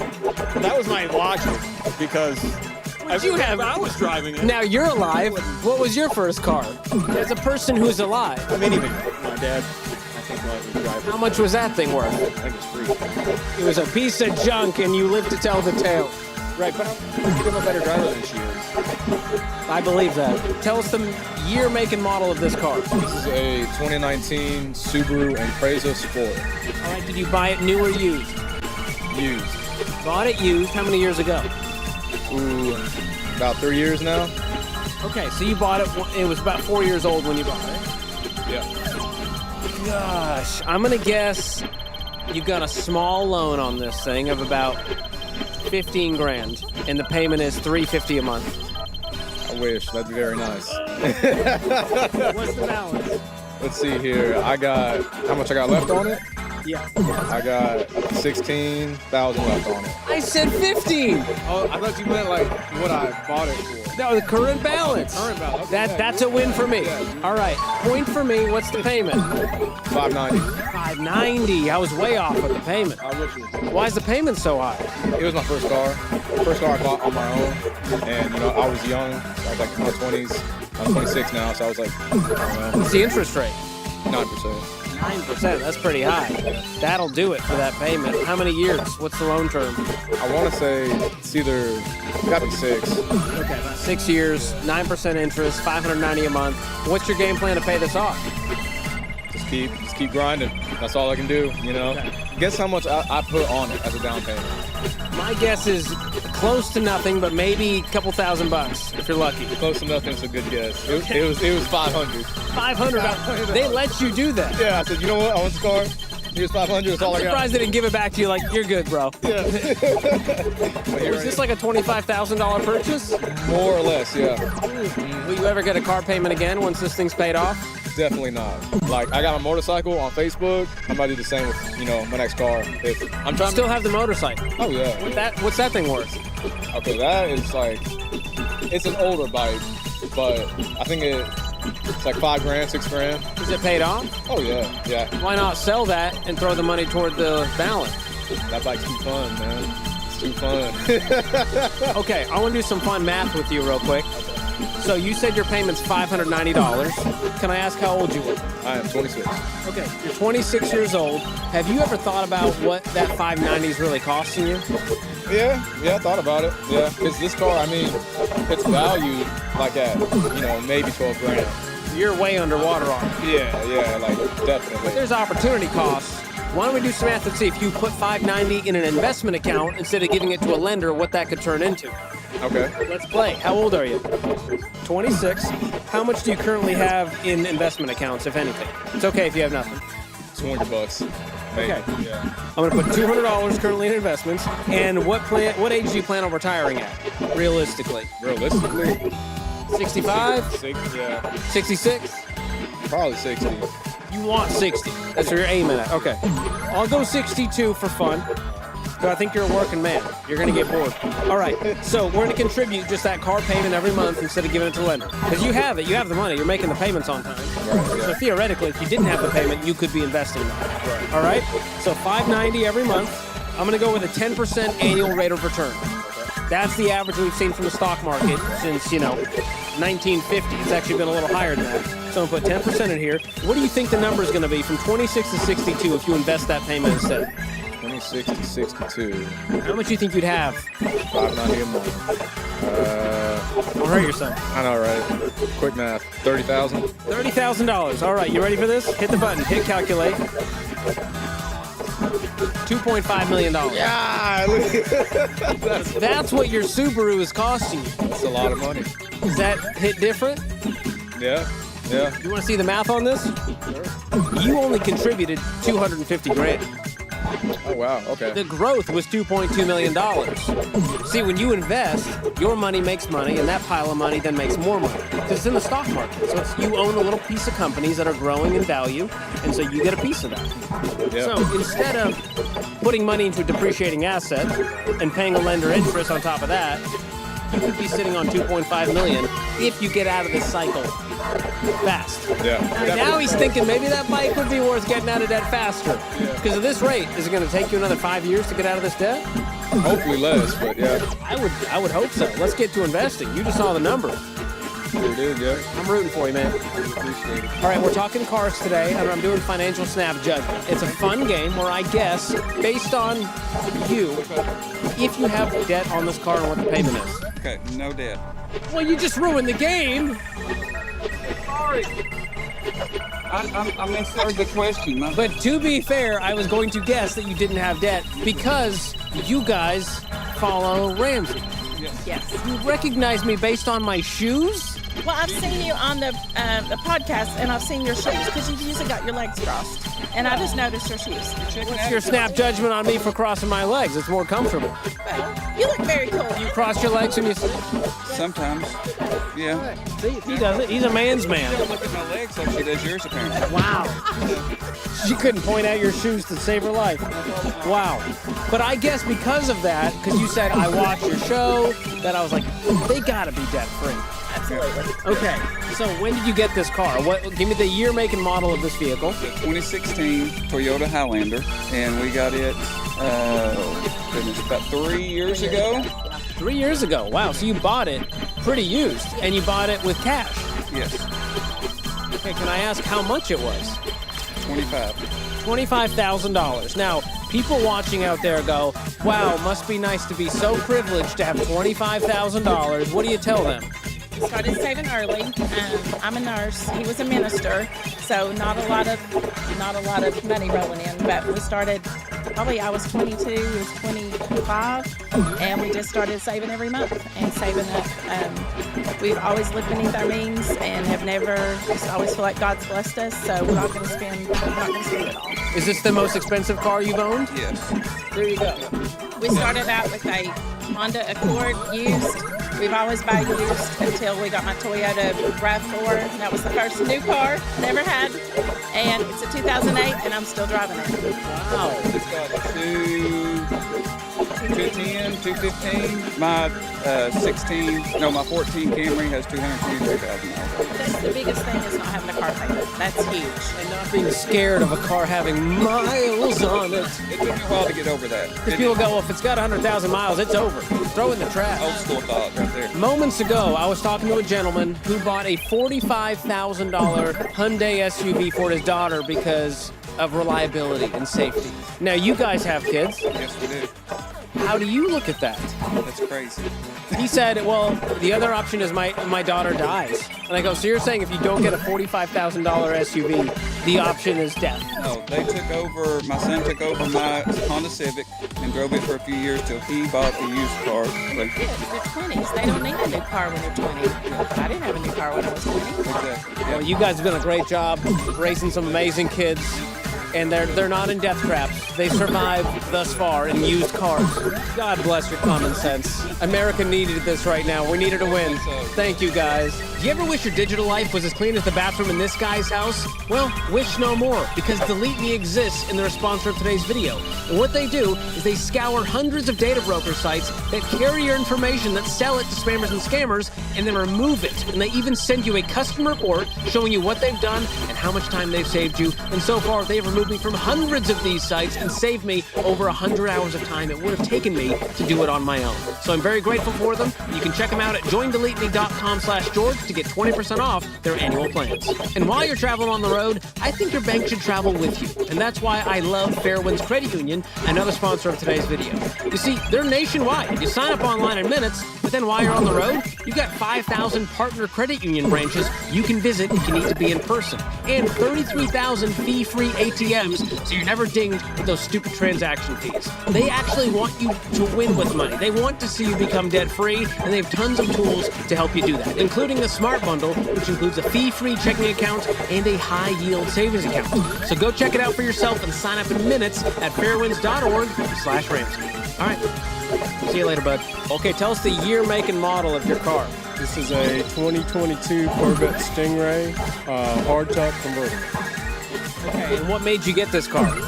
I had two other Corvettes before this, and I kept trading up. This is a newest model. It's a C8. It's the latest and greatest. Is this the nicest car you've ever owned?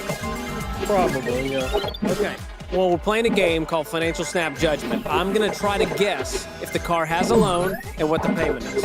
Okay. Is this a fun game? Sure, why not? Okay. Oh, I don't know what, I have no clue what a Corvette like this would cost, because the cost ranges drastically. It's across the spectrum. But I'm going to guess this thing's probably got $30,000 loan, $650 payment. Wrong. Oh. Okay, what's the balance? It's paid for. Free and clear, baby! Is anything more American? I don't finance Corvettes, I pay cash for them. You've done that your whole life? Yeah. You ever had a car payment? Yeah, I've had car payments, but not for Corvettes. These are toys. You admit that these are toys? They are toys. They're fun toys, and therefore pay cash for a toy. Absolutely. Don't go into debt for toys. That's silly. Okay, so can I ask what a Corvette like this costs? This one cost $111,000 brand new. I got it for a whole lot less than that, about $80,000. Okay, you got a nice discount because someone owned it before you. Right. Wow. But you saved up $80,000 in cash. And that's amazing on its own. I already had $80,000 in cash. Yeah, you're doing better than most of America.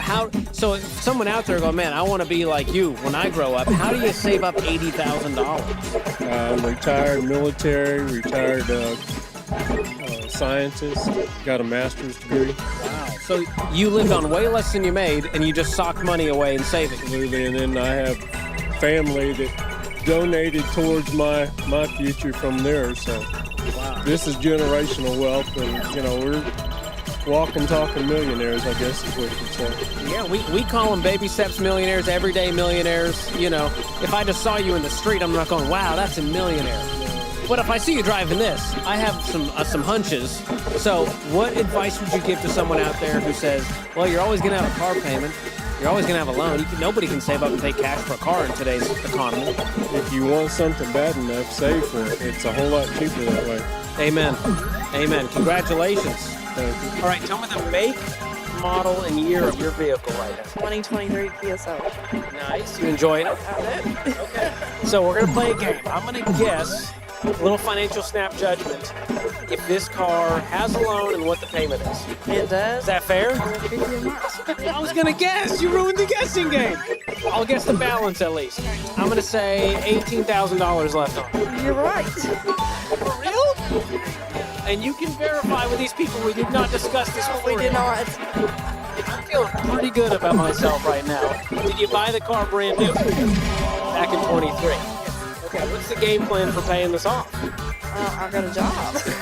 A job helps. Are you making the minimum payment right now or extra on it? Extra on it. How much extra every month? $50 every month. $50. So how much faster will you pay it off based on that extra $50? I don't know, because I got it up like 3 months ahead right now, so I mean, So it's more like you just feel better throwing a little extra at it. There's no real game plan. You just know it'll happen a little faster.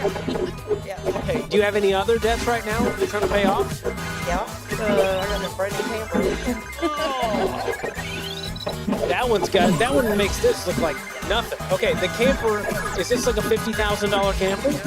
What's the balance on that? 45? 47. It's like I've done this before. This is wild. And I'm guessing the payment's $1,000? $600. Oh, so it's like over 9 years. Huh? What's the 15 years? My mortgage was 15 years. This is crazy. Well, I used to travel, so I bought a camper to travel in, and then I quit traveling, so I just put my camper on my son's property. So it's just parked. It's just parked. Are you living in the camper? Yeah. At least it's your home if it's on a 15-year loan. Yeah. Wow. That is so. Did you plan on living in the camper? Yeah, for a while. But this was not the plan. No, it wasn't the plan.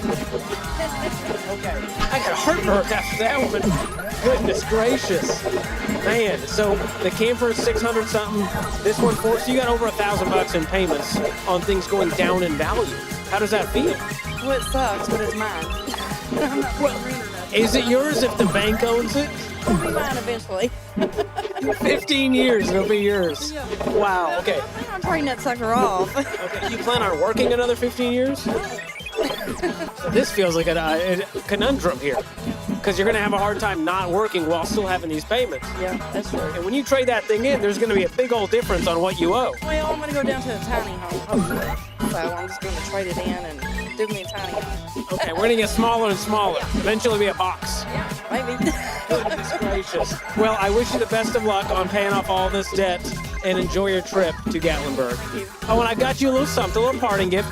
This is EveryDollar. It's our premium budgeting app. This gives you a whole year of it. It'll connect to your bank account, pull in all your transactions, recommend moves you can make to find more margin to pay off your debt faster. Check it out. You can download it on your fancy-dancy smartphone over here.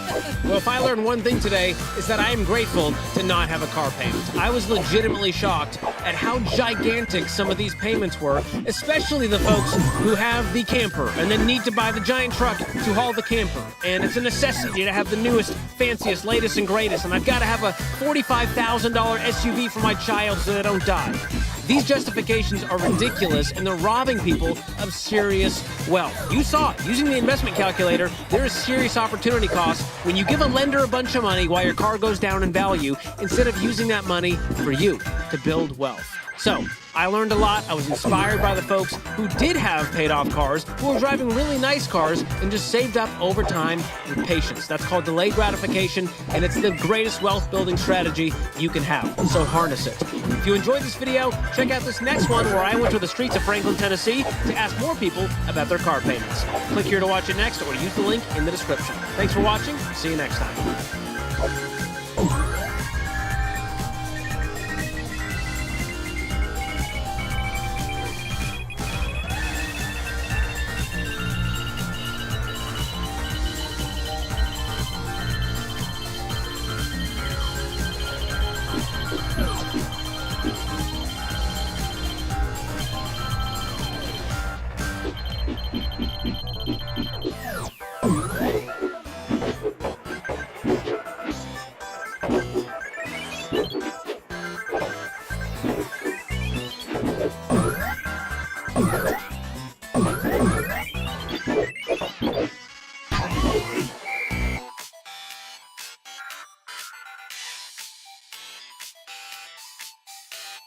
I've built two $20 million asset management practices in my 20s. And now at 32, I run a nationwide Canadian financial planning firm, and I've been featured in almost every major news outlet across the country. This video is for people who are actually looking for practical takeaways on how to improve their financial life, and I'm going to compress 13 years of no BS financial advice into this single video. Number one is get your financial foundation set first, and everything else comes later. Last year, I met with a couple who wanted to build a business, but they were already in personal debt, and they had high incomes, but even though they had high incomes, they were unable to manage their current situation. I told them flat out that a business is a horrible idea right now because they haven't even been able to master their financial situation with stable, secure incomes. How in the world are they going to do it with variable incomes, months with no income, paying their own taxes, and managing their own business expenses? Essentially, they were trying to build a house before they had a foundation set. If people try to do this and skip this foundation step, the bad habits that cause them to go into debt are going to cause that house to crumble. A financial foundation consists of having an emergency fund and paying off your consumer debts. I'm not talking necessarily about a mortgage or car loan. I'm talking about credit cards. I'm talking about unsecured lines of credits. There are three practical takeaways from this first step that I'm going to give you. Number one is you need to find out what's going in your accounts and what's coming out on a monthly basis, and guessing on this is not an option, so this is what you need to do. What you're going to do is you're going to open Excel. There's a multiple budgeting format tools there.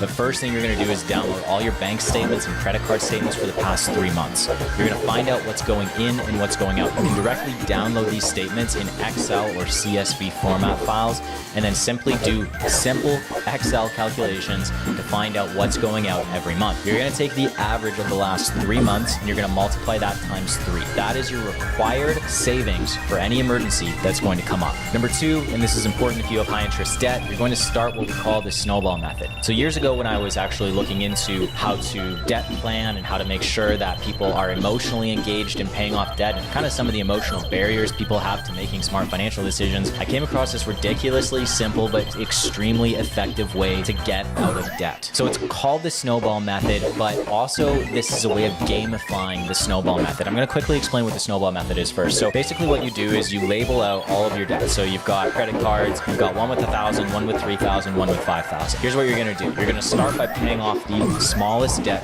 first, and then you're going to pay off that debt, close it, move on to the next smallest one, and so on and so forth until all your debts have been paid off. What this does is it allows for small, easy wins along the way and real progress to be shown. So in this case, what this couple did that was so fascinating and so simple that anyone can do is they gamified paying off debt. And this has been psychologically shown to help people pay off debt sooner. So I encourage, if you're in high interest debt, take a variation of this and do it. So they built this simple scoreboard. It was a ringed paper snake. You know when you cut out those rings of colored paper and then you tape them together to form that snake? Anyways, they had $10,000 of debt, and each ring on that paper snake represented $1,000 of debt. And every time they would pay off $1,000 of debt, they would simply cut a ring off the snake until they were finished. This created this easy visual for them to know if they were on track to their financial goals, and it allowed them to celebrate these small wins along the way. So not only were they employing the snowball method where they took small debts first and then gradually worked their way up to larger debts, they also had this amazing scoreboard. So that's a really crucial takeaway here if anyone here is in high interest debt. Number three, you have to make sure you have the right mindset around the foundational piece. So when you're building a foundation in a house, no one's ever going to see that foundation. The only evidence of a good foundation is if that house is still standing in 30 years. And it's the same thing with your finances. If you think about the fact that, well, no one's going to see this financial decision that I make. It's not like I can buy a car and people think I have status because I have a nice car in the driveway.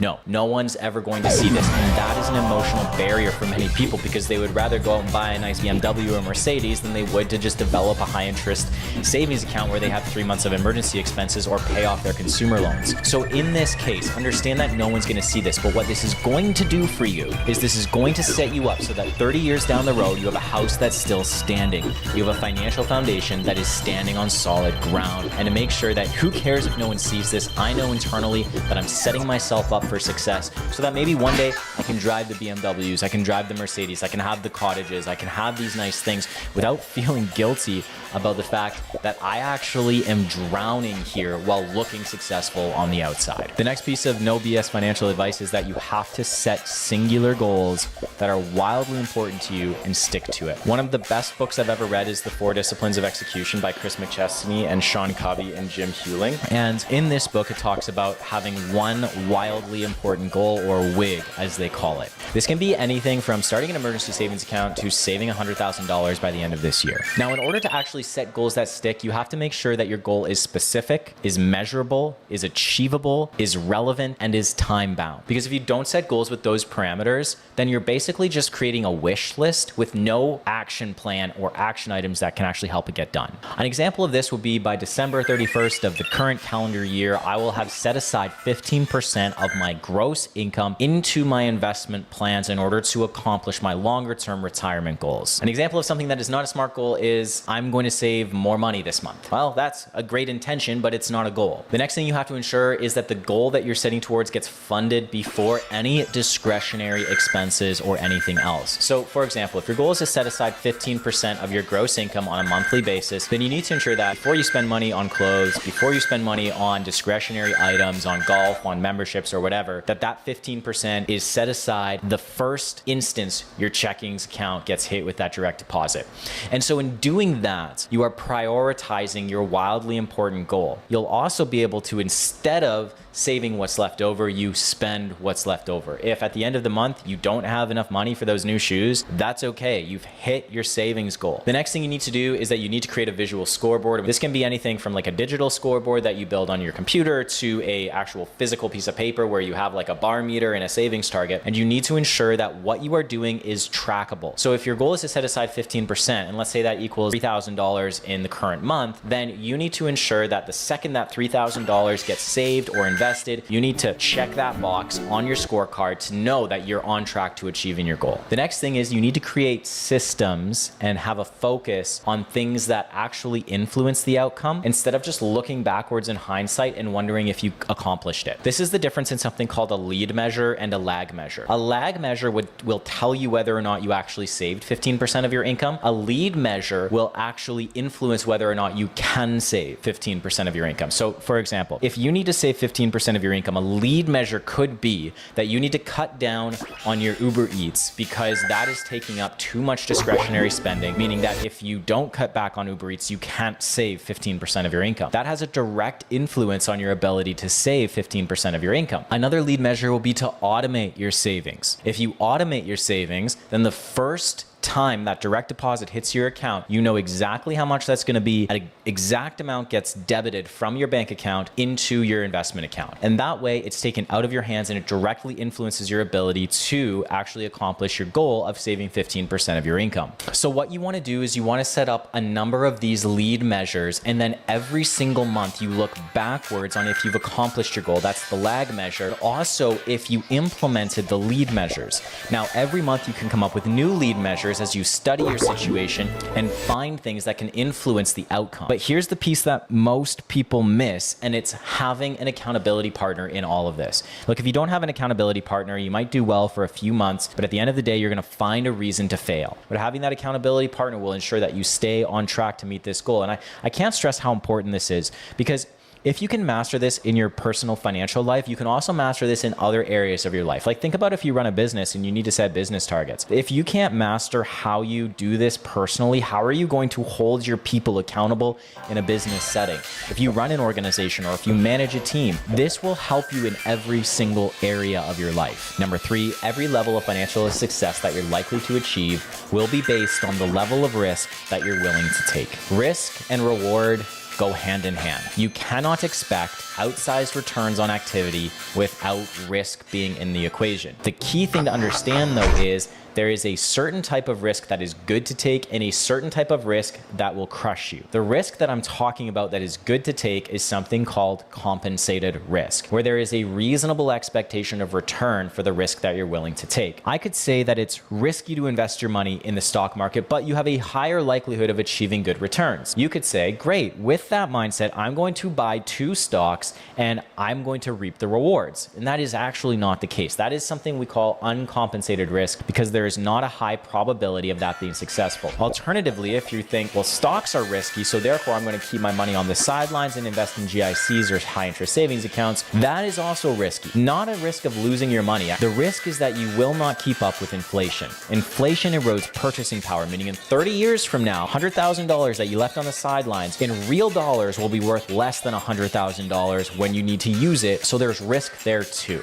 Risk comes part and parcel with financial success. And if you're not willing to understand risk to the level of enabling it to make good financial decisions, then you're never going to become as wealthy as you can be. Now, I'm not talking about taking excess risk for no reason. I recently was talking to a couple who talked to me about leveraging their home equity into the stock markets. And when we did the analysis, we found out that they could retire at 50 without doing that. So I asked them, do you want to still do this? And they said, there's no point. Because yes, even though it could marginally impact their net worth at retirement, maybe even give them $1 million of extra net worth, it just simply wasn't needed, so they didn't do it. The level of risk they were willing to take was such that they wanted it to accomplish a specific goal. And so we said, let's not do this, and we'll keep your money invested as is. We won't touch your home equity. Your home's going to be paid off soon, and we're going to ensure that you're able to accomplish your retirement goals. So you have to understand that there's risk that's compensated, risk that's uncompensated, and every level of success that you're likely to achieve in your life when it comes to your finances is a factor of the level of risk that you're willing to take. However, not all risk is treated equally. Number 4, you need to talk to people who've actually had financial success and ask them what the most important pieces to them were to actually gain that success. Now, I'm not talking about peers. I'm talking about someone like 15 years ahead of you. And this is what you should not ask them for. Don't ask them for stock tips or don't ask them for like what to invest in. Ask them for the behaviors they implemented that enabled them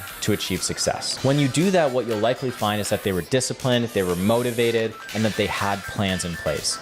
And if you don't have these plans in place, if you're not disciplined and you're not motivated to achieve a certain goal, look, at the end of the day, you might get lucky, but that's not something to rely on. So make sure that you find out peer groups or where I call them peer mentors, someone who's like 10 years or 15 years ahead of me, still current, understanding the current struggles that, people go through, but who's had success in the areas I'm looking to achieve success in. They can help me along the way. Number 5, do more of what's already working. So many people that I know accumulate $500,000 or $1 million, and they come to me and they say, Sam, I need to diversify. I need to set up a trust. I need to, invest in alternative assets or real estate or whatever. And I'm just sitting there like, dude, what's worked to get you here can work to build another $2 to $3 million of wealth. Because often we think we've made it when we've hit a certain point and we need to diversify further, or we need to change our strategy because now we've hit a certain wealth level. At the end of the day, maybe that's true, but it's much higher wealth levels than you think. It's not 500,000, it's not $1 million. Oftentimes it's not even 3 million. So if you experience that